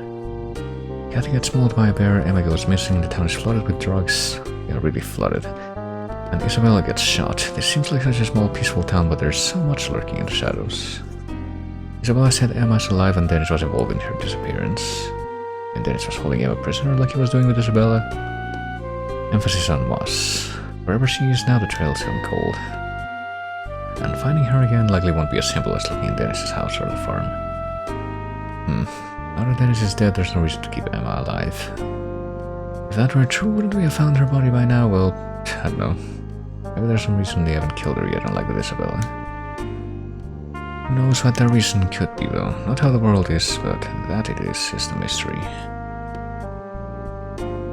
Emma liked this quote. She understood that the way she lived was not quite human. Do you understand what I'm saying? I mean, he does say something different every time you talk to him, so... maybe not. But anyway, let's go on, you know. Let's see who just came in. Is it the guy with the blue? Yeah, shirt. Let's talk to the person who actually got called here by. Do you come here often? What else is there to do in this town? Well, you could go to the park and, you know, practice martial arts. Heard Dr. Gruber once harassed you here. Oh. Was it Dr. Gruber? Well, I guess we put the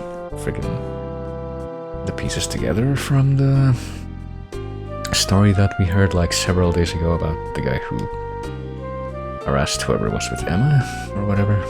Or Kathy, I don't know. She with medicine at Gruber Hospital. That old pervert. Or was it Winona who came here with Emma at some point? I don't remember. It's like having a hard time remembering the details now, but that old pervert, what a creep. Kathy was with you when it happened, right? Oh. How do you know Kathy? I think Winona was with Emma, so I guess she was with Kathy instead, but Emma did also came here with Winona at some point, I don't know. So maybe these are like two different incidents. Like Emma came here with Winona and they got hit on by some different guy who wasn't Gruber, and that's the one who Emma stabbed with the fork, and then at a different time Kathy came here with Loretta. Started talking and just kind of clicked.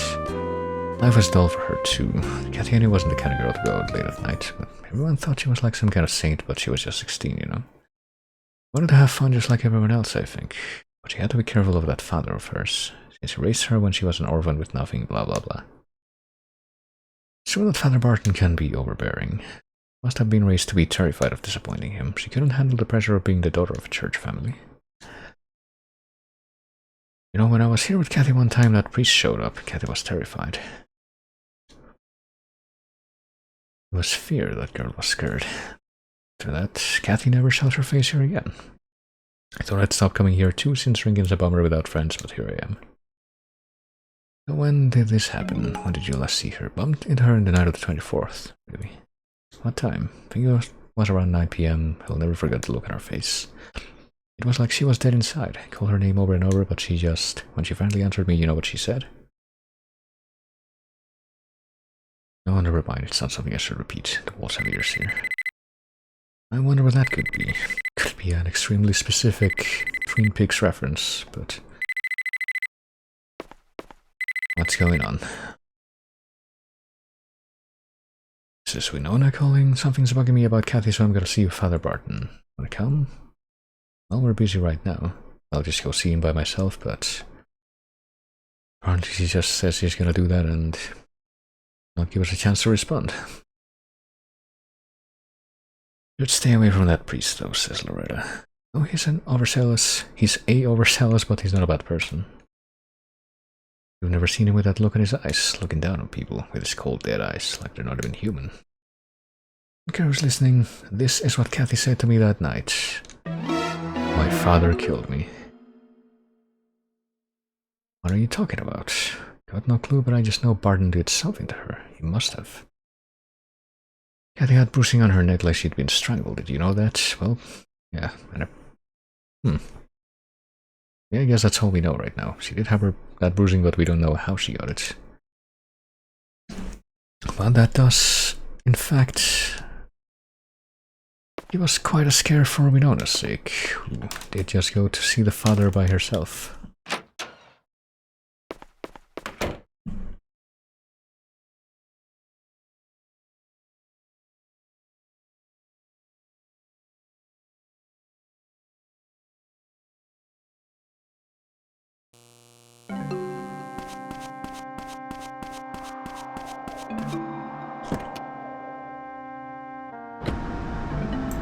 So off to the church we go.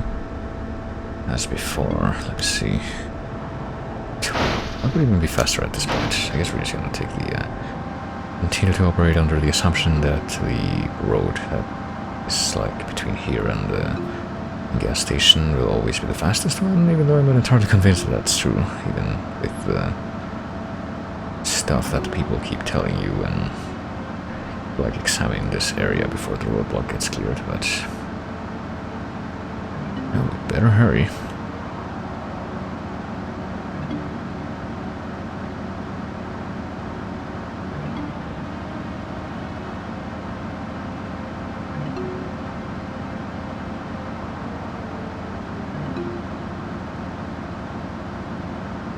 Even though we still can't go any faster than 80 kilometers per hour. I mean, I can't imagine how it would be like to drive at like 100 kilometers per hour or even anywhere approaching it on like a sloped, icy mountain road like this.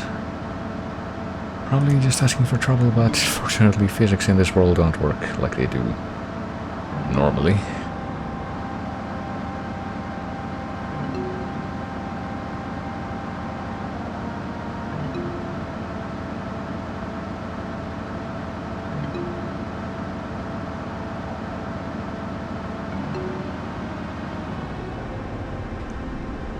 Let's see.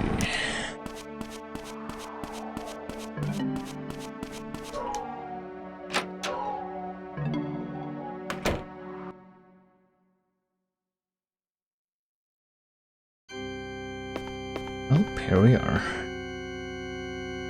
Wondering if Winona has shown up, but no one's here. Not even the priest. So let's look around. Can't just let this be, after all. Goodness. And there is this door, but I guess we can just check out all these places.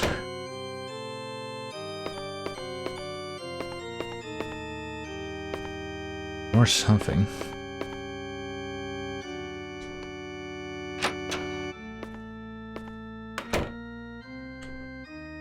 Could this be the place? What do we have here? Is this a letter? It's been opened. What is this? There's a date and signature. December 24th, Kathy Flannery. Kathy behind the note before she went into the forest, and how come we never heard about this? Hope that whoever reads this letter will understand how I'm feeling, if only a little. Today my life has lost all purpose. My father strangled me and tried to kill me. It's so wrong for me to have gone against my father's wishes. Wrong enough to die for? I guess it was. Maybe whoever finds this will have a better answer. The image of my father's face as he was choking me is burned into my mind. It's all I can see when I close my eyes. I don't have anyone else in my life. Father is all I've got and he wants me dead. Life just feels so meaningless after that. If your only family wants to kill you, why live? Tonight I'm going to the forest with Emma. Even if it goes wrong, I don't care anymore. No matter what happens, I can't imagine anything could be more terrifying than what I felt in that moment. Father Barton is the one who strangled her. The ink's all splotched. Did she write this while crying? And what could this Sam Raimi camera angle be? Could be precisely what you expected. So where did we end up? Fully awake, are we? Oh boy. Just gonna keep waiting for us like that. This perfectly well-adjusted man, as we've seen. So, why'd you end up doing all that then? By just tying me to this chair as well. Did you read Kathy's letter? Well, yeah. Said you choked her. She was a sinful child. She squandered the gift of life God gave her by swallowing that poison epoch. She went against my guidance and defied God's word. Well, you almost killed her just for getting high one time. Once the rot has set in, it's too late to save the tree. Better to tear it out, roots and all. And on that night, on the 23rd, I saw them all. At the motel, out of their minds, on drugs. So far from the Lord, so close to forsaking his light. That's when I heard the voice of God commanding me to punish their transgressions. Once you see, it was already too late. Even if I forgave them, God never would. Isn't it your job to forgive people, though? You're trying to preach to me, well... I mean, what would Jesus do? Clearly you have to ask yourself that. That's what I intended to do at first, but that child gave herself up to Satan. Do you understand? She chose the devil's path. She chose it over me, over God himself. The only devil here, though, is sitting right in front of me. What about Emma? Did you try to kill her, too? In her letter, Kathy said she couldn't stop thinking about your face as you choked her. That was when she finally saw you for what you really are, a demon, not a man of God. But he's not having it. Is all this a part of God's word? Does he tell us to live like Kathy, bottling up her every emotion?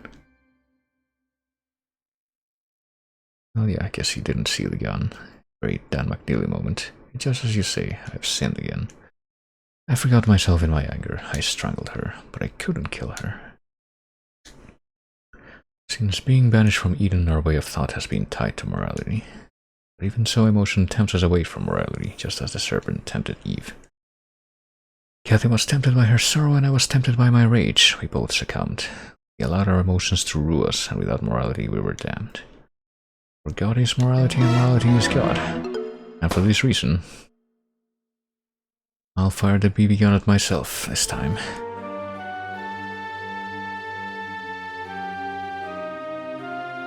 But not before untying you or doing anything of that sort. I guess it doesn't care about us at this point. I just wriggle a little more, I can get it off. Just a bit more. I don't know if you're supposed to like do anything here, but you can spam the buttons. If that helps.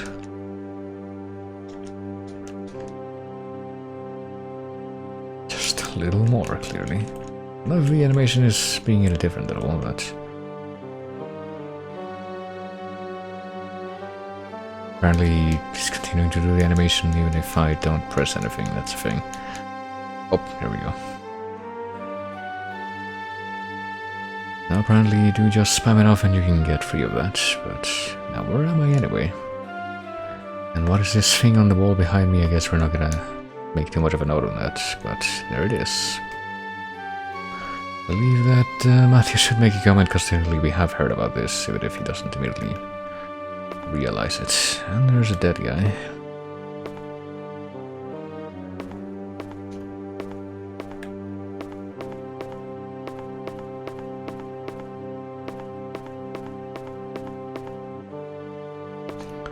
So how can we get out of here? I don't know if he just like left the door unlocked.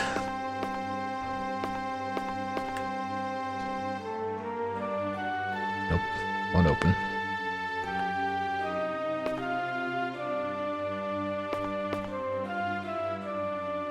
But what about these big boxes in the corner here?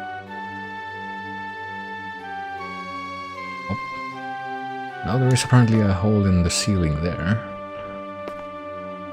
And we know exactly how it was handled when last we had one of these in our proximity. Just gotta go up. Apparently that's close enough to go up. This little trapdoor. And there we go. But I mean, the whole reason that we came here in the first place wasn't to like do that, it was to, yeah. We were worried about Winona, but apparently she missed that whole thing. Just got here, something happened. Well, what took you so long, first of all? But you might want to sit down, yeah. Some interesting stuff just went down, and people who are like our biggest suspects just keep like dropping dead.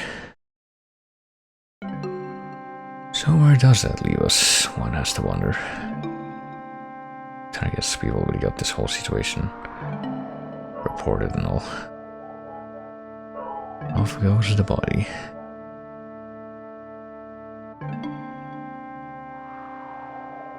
We still can't be entirely certain what did happen to Kathy in spite of all that we've just witnessed. I'd never have imagined Barton choked Kathy. Which it wasn't true, but Barton said he couldn't forgive Kathy for messing with drugs. Well, he tried to murder her with his own hands. But he couldn't go through with it, and then the guilt was too much, and well, he shot himself in front of me, not at that time. I wonder if Father Barton was the one in the forest with Kathy and Emma that day. Well, according to Matthew, Barton choked Kathy before she went to the forest. That night Kathy would given up the will to live. Took Emma up on her offer and went with her to the forest, bringing the drug smell got for her. Then a bear attacked Kathy and Emma vanished. But why did they go to the forest in the first place? Well, that is the question, isn't it? We still have a total mystery of what did happen there. But it was just the two of them at the forest. Well, we don't know. All we know is that they went there with the Epoch and had some plan. It's possible Barton was there too, but if he was, he wouldn't have just left them there. More questions than answers as usual, it never ends.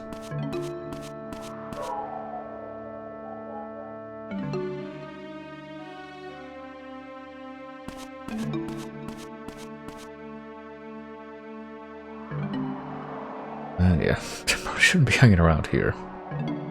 In light of all that's come out. Better get some rest, you've been through a lot tonight. We're home for today, we can talk tomorrow. Well, we're told to give it up, but I believe there's actually a few things we can follow up on at this point instead of just giving up. Just calling it a day. What did Emma and Kathy go to the forest for, and was it really just the two of them there? Why can't I find the answers? Forest is the best lead we have. I have to learn more about that place, but how? So yeah, we can't just Can't just give up.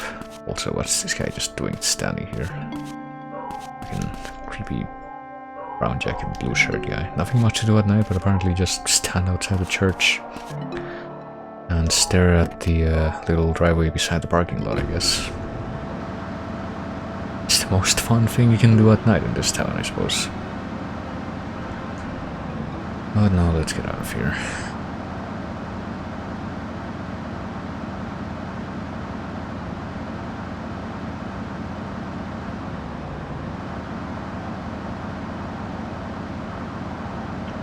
But yeah, how could we possibly learn more about the forest? It's not as if we know at least one person who's really intricately linked to the forest based on just about everything we know.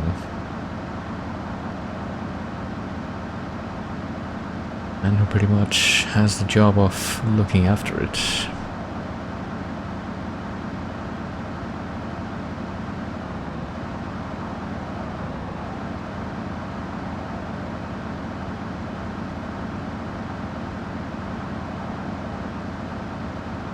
Well, let's forget about all that and just go have a nice relaxing time elsewhere, like the center of town, which we certainly are not going to just drive through yet again.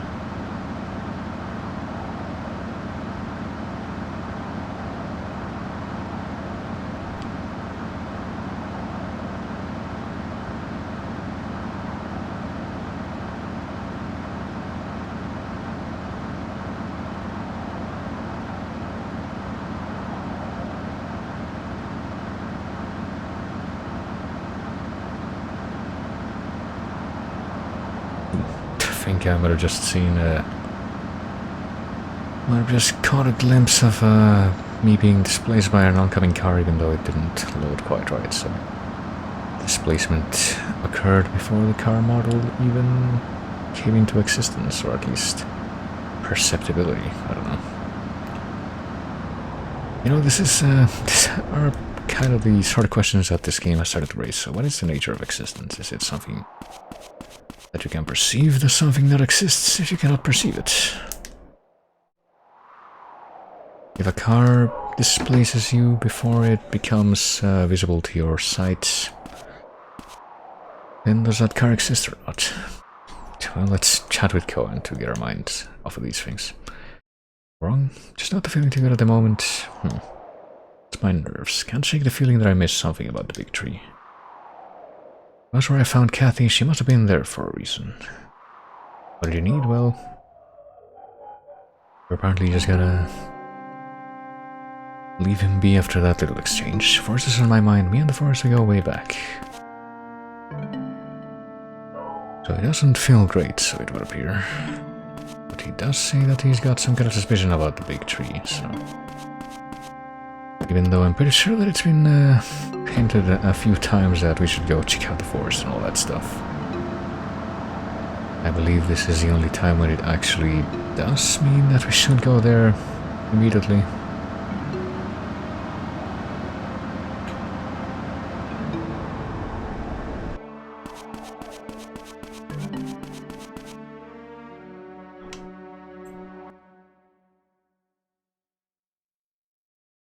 So let's take a look.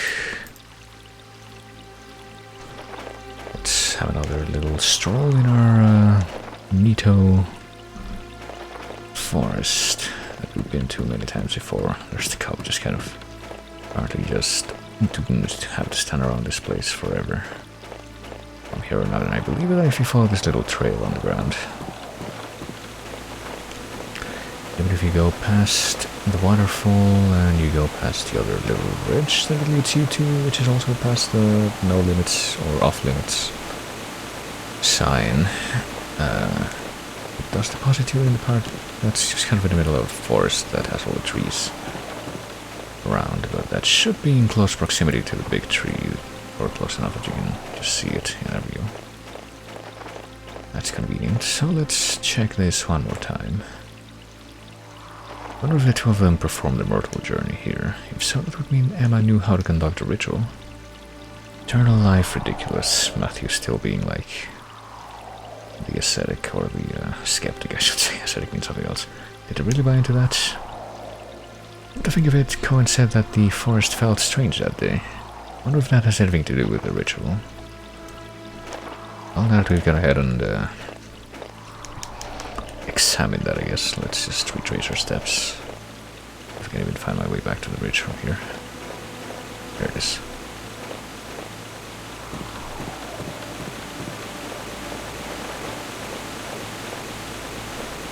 Well, now that we've come and looked at the tree and had like a little extra thought just pop in our heads. Clearly that means that it's time to go and bother Cohen once again, if we can get unstuck from the geometry here. There we go. I guess. Not only trying to stifle one kind of exhalation, but also hiccuping, which just comes out of nowhere. Don't know what's in these woods here, be careful. Yeah, well, same to you, pal, I guess.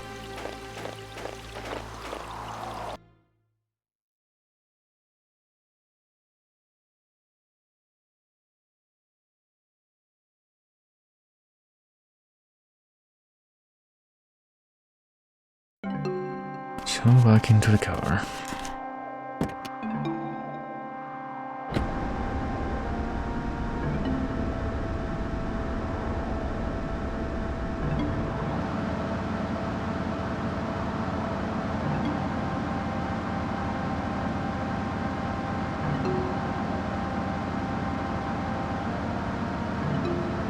Back into the lodge, which is right here, and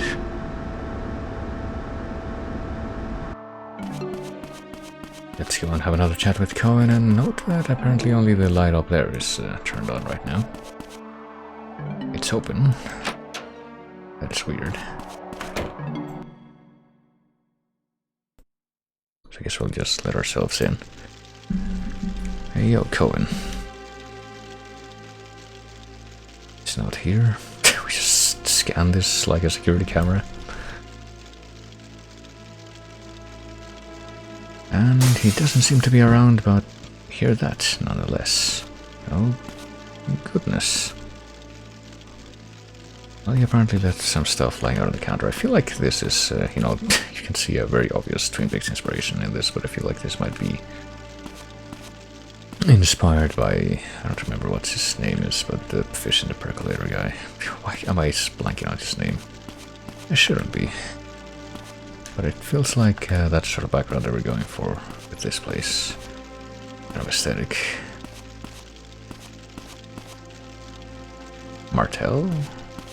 I think that might have been his name. He was like the husband, I think, of the woman who like did some interesting stuff later on. Well, let's go check it out. What could have made that noise? Could it have been this place? Well, wouldn't you know it, there's Cohen behind that set of doors here, but it's locked. Can I bust it open somehow? Well, apparently not with my bare hands. If we look around here, there does appear to be something on the other end of this little balcony. Crowbar. I can break the lock with this. Time to become a delinquent. Just gonna try to force that open. Won't open. Oh, that time it opened. How convenient. Don't have the crowbar with us in like our inventory, do we? At this point. Nope. Maybe it would have shown up if I had looked at it before doing that, but oh well. Yeah, maybe not. If it's just like for these 2 seconds that you do wield it. Apparently Cohen didn't turn out so good tonight. And just when we wanted to ask him some few questions as well. This does seem to be happening a lot to some people that we would rather not have it happen to. Seems he hasn't been sleeping lately. He's resting now, come back later, I plan to keep him here for observation. If you said it's just exhaustion, well, I suppose he's an old man, there could be complications due to his age. What on earth could he have been doing to tire himself to the point of collapsing? Well, collapsing right after he had visits and leaving the door open, I don't know. Weird circumstances, wouldn't you know it? But visiting hours end at 8, so now that you've deposited this patient with us, get out of here.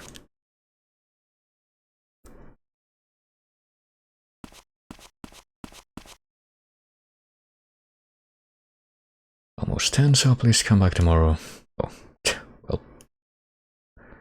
And yeah, for that little follow-up episode, we do effectively get kicked out of every part of the hospital, so we do need to call it quits for the day.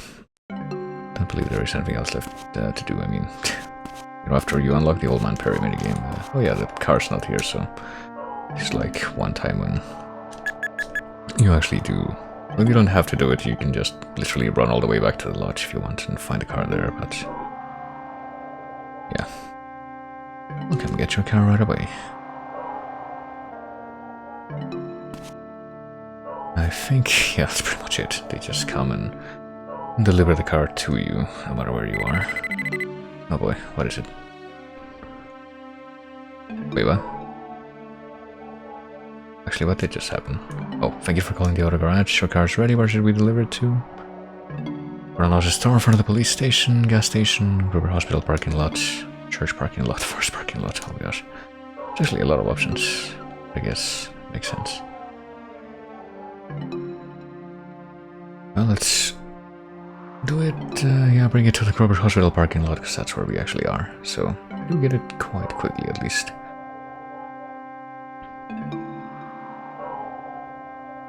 And because you have infinite money in this game, there's no like money quantifier. You do in fact don't have to worry about any limits on using that, but yeah. But like I mentioned with the Old Man Perry minigame, you can play that at the park any night after you unlock it between 11 and 1 AM, I'm pretty sure. But I don't really have any major motivation to, so I do believe this is also, well, once we're able to get out of here because the car... Oh, never mind. It teleports. I guess that makes more sense than waiting for it to, like, be driven up to you. I will go and get gas first, like usual, I suppose, but... I believe that this is gonna be where I call it for now, because there's only 2 in-game days left before the end of the game. Where's the... it's on the other side of town. I always get confused about where stuff is, like I keep expecting the gas station, but I haven't been confused enough to actually use the map, as you might have noticed. Just kind of been using my own memory to remember where stuff is, but... For some reason I still keep expecting the gas station to be on the west side of town, when it's clearly not.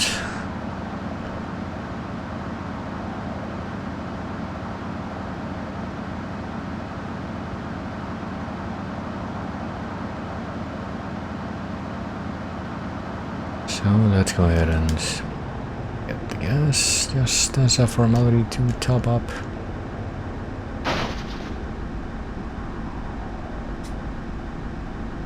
Fortunately, this place is in fact open 24 hours.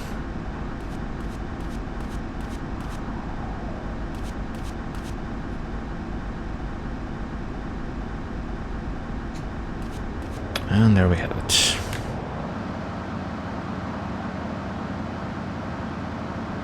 And now it's time to go home again and call it quits.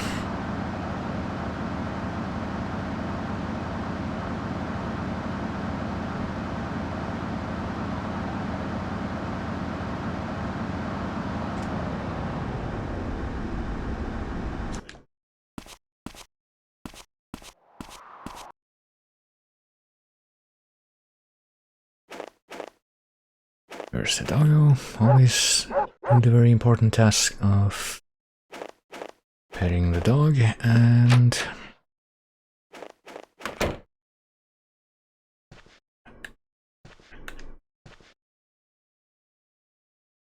I guess we can just do the 5-hour snooze to be up at like 8 AM the following morning, I think, but save to file A like usual. We should be perfectly fine. I don't think I've missed anything of anything. And it does get increasingly harder to miss anything. I believe the number of tasks for the next couple of days are comparatively simple and reduced, but yeah, just gonna do another one of these little matrix things for the save states, and actually almost to another 5 hours news, but no. If there was one for 4 hours now, that would be perfect. But at any rate, now that we've saved in both of those ways, that is where we will be calling it for the time being.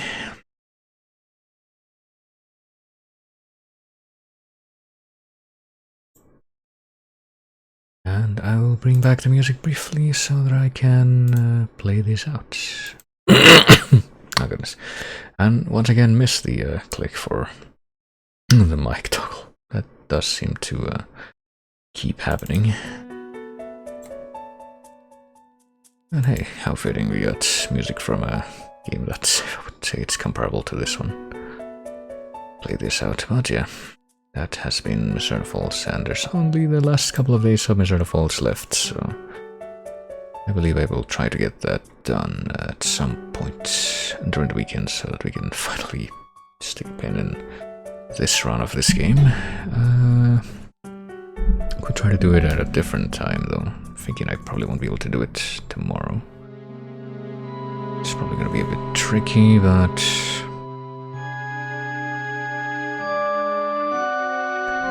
it might also be tricky to do on Saturday. Maybe I can do it like early in the day on Sunday, I'll have to check. It could be any of these days really, but like no matter what day I do it, whether it be Friday, Saturday or Sunday, it will have to be like earlier in the day than usual, because I've got like stuff that I gotta do later in those days. I probably won't be able to do it on Saturdays because of how much time it will take, just a few hours, but there's something that I do have to keep on top of. And that day in particular, as you'll find out. But yeah, I probably will be able to figure something out. It'll be either Friday or Sunday, but I will, be announcing that in the announcements thing in my Discord as usual, so you know. If you are receiving this message and you are not yet in there, you should probably check it out. Some useful information in there, but yeah, this is where I call things, so I will just say, you'll take it easy, I think. Everybody for coming, like always. Thanks for hanging out. Thanks for lurks, those of you who did partake in that, and I will be seeing you for the finale of Mizzurna Falls later.